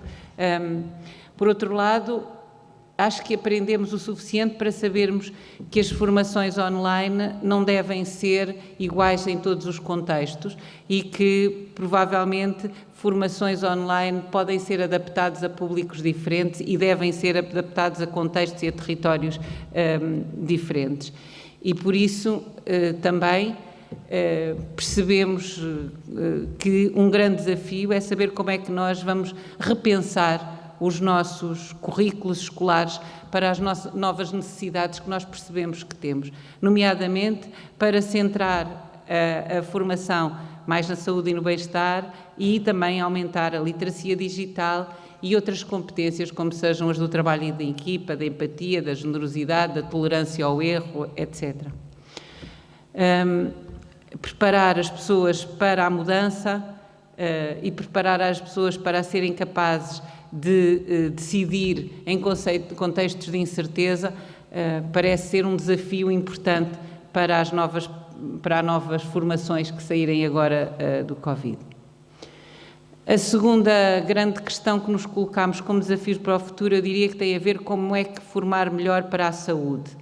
Por exemplo, como é que nós vamos contribuir para diminuir a desinformação em saúde? Como é que podemos ajudar a que a desinformação em saúde não tome grandes proporções? Falámos da necessidade de literacia, de matemática, de lógica, de pensamento crítico, como formas de ajudar as pessoas a combater a desinformação e as fake news, o que seja. Por outro lado, as faculdades, a saúde teve uma grande visibilidade na ligação com as comunidades e uma questão que se põe é como é que se pode manter essa visibilidade para o futuro, como é que se pode manter essa proximidade com as comunidades e também como é que se pode manter alguns dos progressos que a ciência fez por práticas novas que vieram do Covid? Será que as colaborações entre universidades, será que as práticas de peer review, de preprint, etc., que foram tão desenvolvidas durante o Covid, se vão continuar para o futuro? Finalmente, as questões da comunicação de riscos nos mídia, que foi uma questão muito importante durante todo o Covid, que tomou conta dos noticiários o Covid durante vários meses, e que centrou as questões da saúde no Covid, quando existem outros problemas de saúde, e de facto levou a fenómenos de medo, etc. E a questão que se põe é como promover a comunicação na saúde com contraditório e com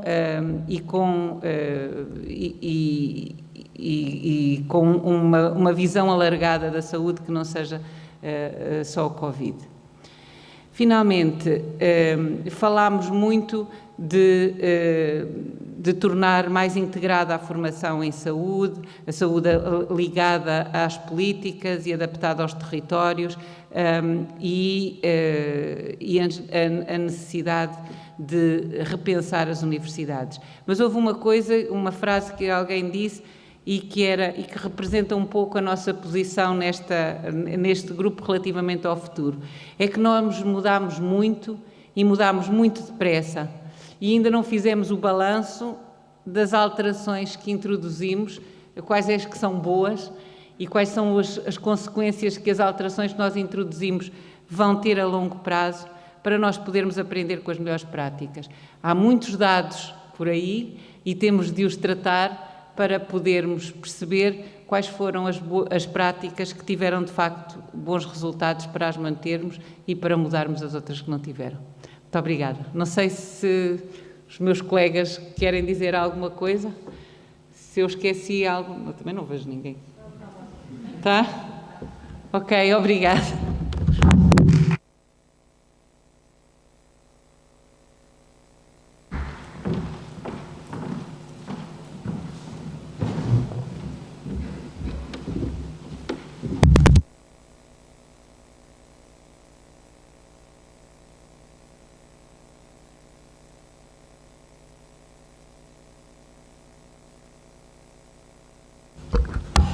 Muito boa tarde. Então, eu venho fazer um pequeno resumo da mesa redonda 2, relativamente a perspectivas futuras dos cuidados de saúde e sociais. Nesta mesa nós tivemos o Dr. João Magalhães, que é investigador na Faculdade de Nutricionalidade Humana, tivemos o Dr. Luís Pinheiro, que é diretor clínico no Centro Hospitalar de Lisboa Norte, tivemos o Dr. João Filipe Raposo, que é o Presidente da Associação Portuguesa de Diabetologia, não tivemos o Dr. Fernando, tivemos a Dra. Helena Oliveira, da Santa Casa de Misericórdia de Lisboa, tivemos o Dr. Pedro Grilo, economista da Câmara Municipal de Lisboa, tivemos a Dra. Carla Pinto, também professora no ISCSP, e, por fim, tivemos a Dra. Carla Semedo, da Câmara Municipal de Cascais. Foi uma mesa muito diversificada, com muitas opiniões, que é difícil sintetizar. Toda a riqueza de informação que foi partilhada por estes oradores. O que eu tentarei fazer acaba por ser um bocadinho, se calhar, personalizado, e depois eu faço o mesmo que fez a minha oradora antes e reportor, que fez o reporte anterior, que é perguntar se existe algum comentário adicional que queiram fazer. Será então uma síntese um bocadinho mais personalizada de tudo o que foi partilhado nesta mesa redonda. Os cuidados de saúde e os cuidados sociais muitas vezes aparecem desligados, mas do ponto de vista teórico, na nossa cabeça, claramente eles devem estar interligados. E essa é a posição que é partilhada por qualquer participante numa discussão em que se coloca lado a lado os cuidados sociais e os cuidados de saúde. E a questão que se levanta é como é que isso depois se vê, quais são as evidências de que este sistema que deve estar integrado, como é que nós temos essa evidência de que estes cuidados estão relativamente integrados no mesmo sistema? E não temos, de facto, não temos grande evidência, apesar de existirem várias iniciativas, nomeadamente das câmaras, que promovem diversos projetos que têm exatamente esse objetivo. Congregar os cuidados de saúde e os cuidados sociais, que fazem parte do mesmo sistema, que devem estar integrados no mesmo sistema, para a promoção do bem-estar do indivíduo, que na verdade deve ser este, se calhar, o grande objetivo dos cuidados de saúde e os cuidados sociais. Dentro deste binómio de cuidados sociais e de cuidados de saúde, acabamos por ter duas dimensões importantes que podemos salientar. Por um lado, temos os cuidados centrados na pessoa, que tem sido uma das estratégias apontadas para o futuro, para o desenvolvimento dos cuidados sociais de saúde, mas acabamos também por concluir que esta noção de cuidados centrados na pessoa tem várias definições, não é consensual. Nós podemos ter os cuidados centrados na pessoa ao refletir a possibilidade de escolha do indivíduo, e esta escolha pode ser no momento de cuidados médicos, mas também pode ser no momento de cuidados sociais. Pode ser interpretada como uma capacidade organizacional e societal de resposta às necessidades do indivíduo e não da organização. Ou seja, não ter a organização tem respostas prontas, se servem o indivíduo, ótimo, se não servem, paciência.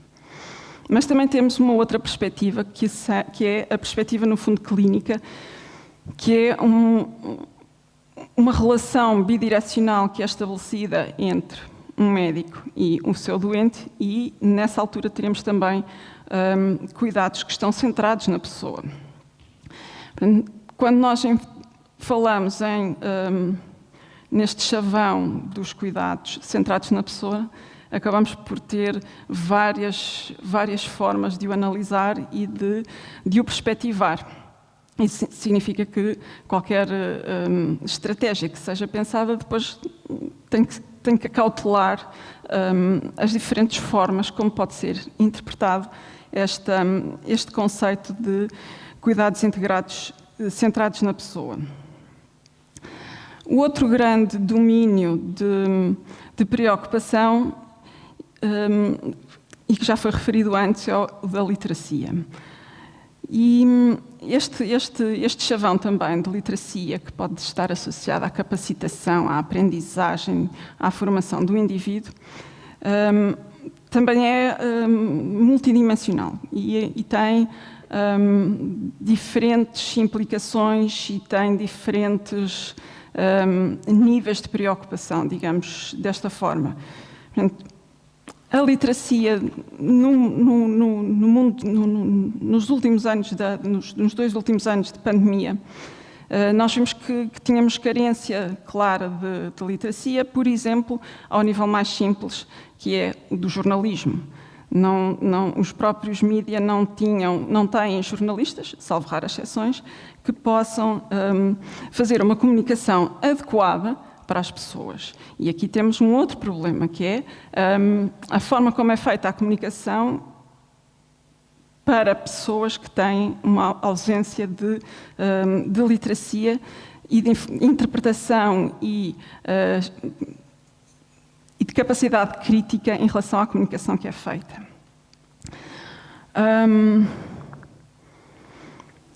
Quando falamos em literacia também estamos a falar das escolhas dos indivíduos. Por exemplo, em relação aos estilos de vida. uma das intervenções foi precisamente sobre a atividade física. A atividade física revelou ser um fator protetor da doença grave de Covid, e nós sabemos e acabamos por perceber que também há alguma falta de informação relativamente a escolhas adequadas de estilo de vida. Curiosamente, posso também dizer que no tempo de pandemia, apesar de tudo, houve algum acréscimo do número de pessoas que pratica, que faz desporto e que tem um pouco de atividade física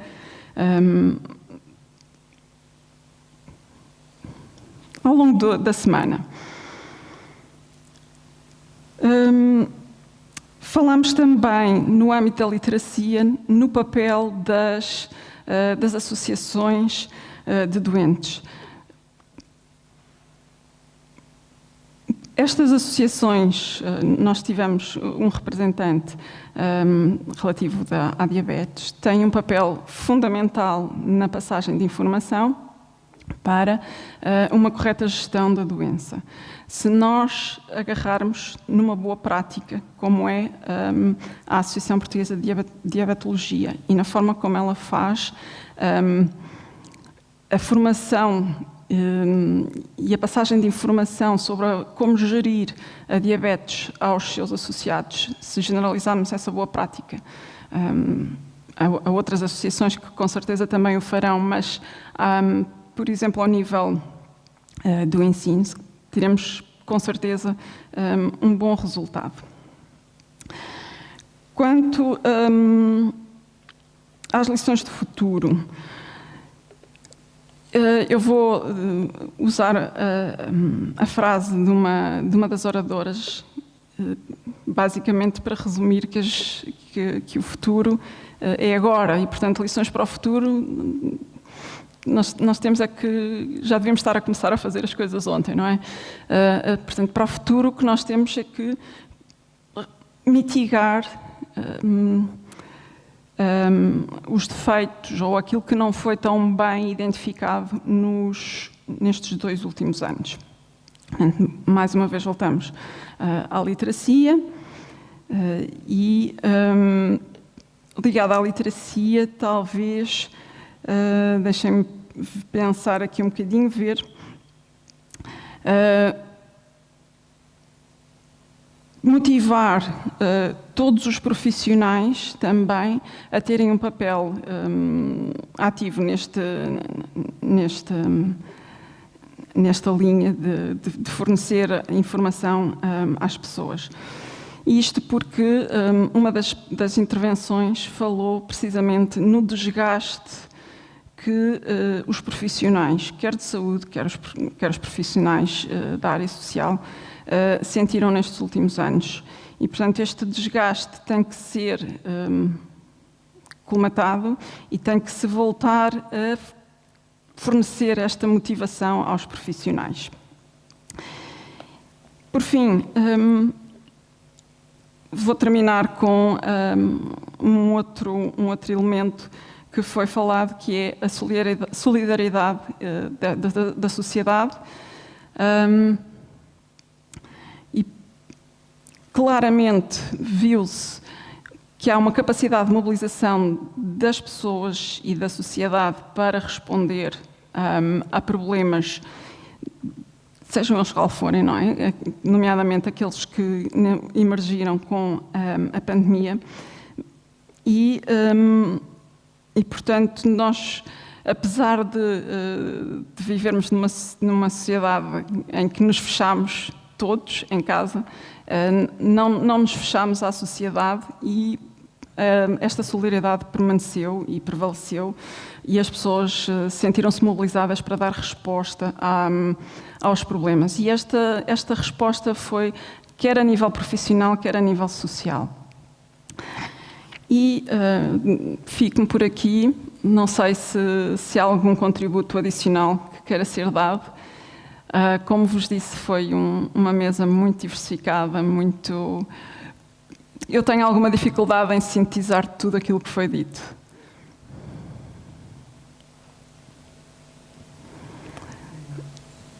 Sim? Pronto.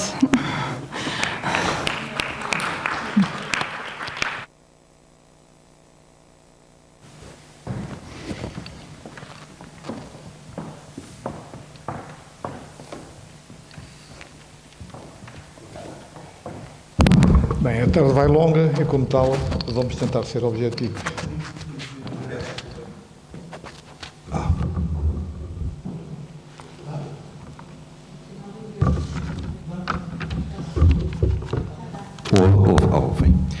Só queria pedir a palavra porque, na sequência do relato feito pela nossa relatora deste painel, gostava só de reforçar, deixando uma ideia que, do meu ponto de vista, é talvez a ideia mais forte que transversalizou praticamente todas as experiências partilhadas e os discursos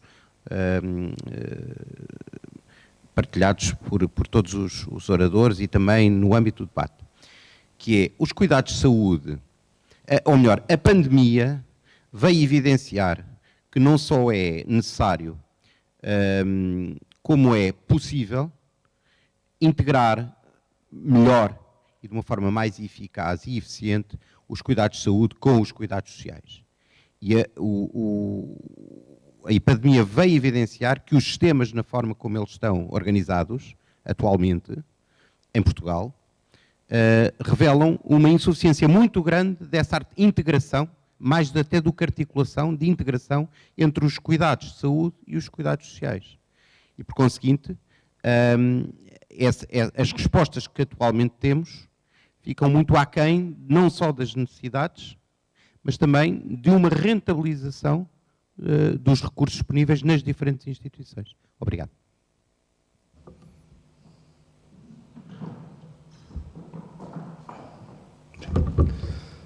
Muito bem, muito obrigado pelo contributo final. Eu peço desculpa, não tinha percebido que havia importante o que referiu. A sessão 3 decorreu com o auditório cheio. 4 da frente na mesa e 4 na assistência, 4 na assistência e 4 na mesa, portanto fomos rodando. E, portanto, a dinâmica foi a chamada, a dinâmica 4x4. Estiveram presentes, como membros do painel, a Cátia Pesquita, da Faculdade de Ciências, o Miguel Prudêncio, do Instituto de Medicina Molecular, a Messia Fonseca, da Nova Artes, o José Martins, da Câmara Municipal de Oeiras, o Bruno Cepodes, da Faculdade de Farmácia, a Margarida Serra, do IBEI, do Instituto de Biologia Experimental, e o Álvaro Ribeiro, do ULNEC, e a Cláudia Furtado, do Infarmed. Do ponto de vista dos contributos e do debate, que foi... Primeiro, respeitaram escrupulosamente o tempo que lhes foi dado para intervir com os slides e de acordo com as grandes mensagens que pretendiam transmitir. As conclusões que vou apresentar sinteticamente são resultantes das duas questões colocadas para o debate. O passado, como é que estávamos, e o que é que se aprendeu para o futuro, o que é que vamos fazer. O denominador comum de todas as intervenções foi, posso sintetizá-lo com a seguinte equação: dados, metadados, informação, gestão da informação, knowledge, partilha do knowledge e, inevitavelmente, muito orientado para o futuro, que saber e, sobretudo, que peso efetivamente reconhecido à ciência em todo o processo e para o futuro. Portanto, este denominador comum pareceu-me extremamente interessante, curioso, e agradeço a forma muito explícita como foram sempre transmitidos em todas as intervenções. Principais contributos, agora no numerador. Os contributos foram dados numa ótica que eu sintetizo entre institutos públicos, órgãos de opção em termos de intervenção, como o caso do Infarmed, centros académicos, cidades, o caso do Oeiras, e até as empresas que colaboraram no painel. E todos estes contributos para além dos aspectos que referi no denominador comum relativamente ao debate, acentuaram 3 grandes áreas. Primeira área, investimentos. O que se verificou é que o antes e o futuro, o que vai acontecer, têm que ser feitos investimentos, sobretudo em informação. Não é disseminação de comunicação, é informação. Segundo, então, em comunicação. E comunicação em saúde, aliada com a literacia em saúde em muitas das áreas dos intervenientes. Esforços muito grandes em teletrabalho, que achamos que deve ser para ficar, até porque todos os movimentos pendulares para as grandes cidades podem sair extremamente beneficiados com o teletrabalho. Ouve-se falar em comboios, mas não se ouve falar muito em teletrabalho, sobretudo depois de aquilo que aconteceu. É mais importante para mim o investimento em teletrabalho nas zonas nas grandes cidades, como o Grande Porto e a Grande Lisboa, do que, para além dos comboios que têm que ser ativados, etc., do que no resto. Depois, a questão da telesaúde. Nos últimos 4 anos trabalhei como presidente de um hospital em que a telesaúde era visto como qualquer coisa muito complicada. Porquê? Porque as pessoas não gostavam de ver no ecrã, ou que os médicos, enfermeiros, etc., tinham dificuldades em manipular as tecnologias. Efetivamente é verdade, mas a telesaúde e as evidências de que a telesaúde, enquanto combinação entre tecnologias e processos, veio para ficar, é bem evidente. O exemplo da Câmara do Oeiras, em muitos dos resultados que conseguiu junto da população, são um exemplo de que tudo é possível de fazer, desde que haja pensamento, capacidade de planeamento e programação, e depois não esmorecer na execução, sobretudo depois das euforias. Nós fizemos a Expo 98 e tal, aquelas coisas todas, lá os futebols, mas depois a seguir esquece e o Estado ficou ao abandono e a Expo 98 não sabe muito bem onde é que vai. Inevitavelmente, nos investimentos, aquilo que foi também bem realçado foi na passagem do analógico ao digital. O analógico, por exemplo, em saúde, é muito face-to-face, baseado no face-to-face. O digital, para além da telesaúde, tem aspectos de criticidade na gestão de dados e de informações, mesmo tendo em conta os chamados RGPDs, os Regulamentos Gerais da Proteção de Dados. Estes investimentos, repara, não se falou muito em dinheiro. Falou-se em investimentos em mudanças. E isso é que é crítico de ser feito. Porque o dinheiro não é muito difícil. Mais bazucante ou menos bazucante, o dinheiro aparece. Ou vai aparecendo às gotas. Mas, do ponto de vista do investimento em aquilo que é processos, know-how e, sobretudo, tecnologias, em alguns casos, sobretudo, não foram aqui muito referidos, mas por vezes não são enfatizados. Qual é o grande salto? O grande salto, claramente, foi a tecnologia das vacinas e, ao mesmo tempo, o que daí deriva para muitos outros medicamentos, muitos fármacos que podem vir a estar presentes nos próximos anos. E isso é extremamente crítico e é um incentivo à validação de que as ciências toda a parte científica em Portugal se valorizou enormemente. Foi reconhecido como, afinal, os cientistas não são umas pessoas estranhas que estão nos laboratórios, nos gabinetes, na investigação, são pessoas que também sabem atuar e são capazes de atuar. E neste domínio, este grande salto, referindo também os aspectos que já antes referi, que é passar do analógico, que nós podemos desde já chamar analógico 2.0, porque não é o analógico básico, para o digital 3.0, nomeadamente com velocidade, interação e segurança, que é talvez o elemento que neste momento se coloca com maior dificuldade. Por último, e para concluir, qual foi o grande desafio, ou o conjunto dos aspectos, das dimensões do grande desafio? Colaboração. Keyword, colaboração. Saímos mais fortes desta colaboração nos últimos tempos. Não é uma colaboração tipo nórdica, anglo-saxónica, no velho sentido do termo, mas uma colaboração mais estreita entre poder central, poder local, entre centros relacionados com a saúde, hospitais, centros de saúde e órgãos relacionados com a gestão social, tradicionalmente chamada segurança social. Depois, uma outra vantagem foi, um outro grande desafio, foi o da confiança. foi talvez das palavras mais importantes que resultou, mesmo com flutuações, ao longo dos meses da pandemia, foi que passou a haver mais confiança e necessidade de mais confiança. Muitas vezes, mais do que confiança, foi necessidade de confiança. Entre público, privado, entre empresas, institutos e, sobretudo, ligada à colaboração. Inevitavelmente, a questão da partilha. A partilha é aquela que ainda está demasiado como keyword, mas não muito partilhada. E aqui é que temos o salto em frente, em termos do grande desafio, que é orientação para resultados e não orientação para discursos. Percebem? Isto é, foi muito presente nos diferentes contributos. E, portanto, desta forma, com uma fração, com o denominador comum que referi, e no numerador estas 4 dimensões, eu penso que consegui sintetizar, para não estar aqui de muito mais detalhe, cientistas, etc., os diferentes contributos do painel da mesa, que foi 4x4. Portanto, foi muito dinâmica ao nível da interação. De qualquer forma, pedia aos diferentes elementos do painel da mesa, da sessão, se tivessem mais algum aspecto a referir, por favor, não hesitem.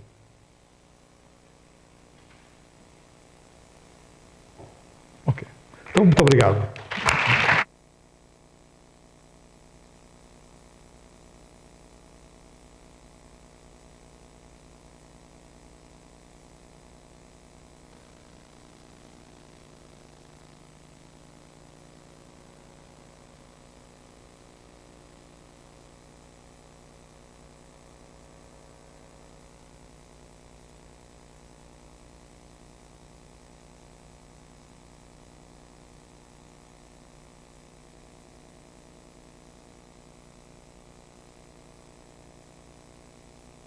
Bom, estamos a chegar ao final da sessão. Gostaríamos muito de agradecer a todos os que estiveram presencialmente, a todos os que nos acompanharam de forma virtual. Foi uma grande jornada. A sessão da manhã foi muitíssimo interessante e, portanto, tivemos experiências de oradores internacionais que claramente nos invadiram com novas realidades, novos conhecimentos e que nos deixaram com um conjunto de perguntas que acho que devemos refletir, e os grupos da tarde já nos ajudaram muito nessa reflexão, de como a pandemia nos trouxe a oportunidade de experimentar e de nos obrigar muitas das vezes a utilizar tecnologias de forma que já existia, mas que acabávamos por construir barreiras que podiam ser artificiais e acabámos por as utilizar de forma massiva. E agora também, como já foi aqui referenciado, resta perceber o que é que foi utilizado e o que é que correu bem, que lições tiramos e o que não correu tão bem, como é que podemos corrigir e garantir que desta forma a tecnologia, os processos, a forma como colaboramos não volta ao estado pré-pandemia, mas sim continuamos em frente e continuamos a desafiar-nos. Para mim foi um gosto, agradecer muito à Mónica, que liderou aqui esta organização, mas a todo o grupo que trabalhou nesta comissão executiva do Lisbon Living Plus. Foi muito bom as nossas reuniões, embora que remotas, mas acho que foi muito positivo e, portanto, do meu lado, foi um dia muito enriquecedor. Agradecer novamente a todos os participantes e Messia. Por último, de facto foi um grande momento de partilha. Acima de tudo, aquilo que sentimos foi que tivemos a discutir temas em torno de um propósito comum, não é? As lições que podemos tirar desta pandemia e, acima de tudo, aquilo que concluímos é estamos a trabalhar de forma diferente, estamos a colaborar de forma diferente. E estamos a fazê-lo de uma forma multissetorial, com diferentes empresas, diferentes, com a academia, com os cidadãos, com as associações doentes. E isto é algo que é tão rico. É algo que, quando fazemos em conjunto, vemos o impacto que isto tem verdadeiramente. E, portanto, vamos continuar com este propósito, com esta colaboração, com esta transparência, com este diálogo. Porque, de facto, tem impacto positivo e tem um impacto transformacional. E agradecer a todos a vossa presença e terminamos então a sessão. Gostaria de passar também ao professor.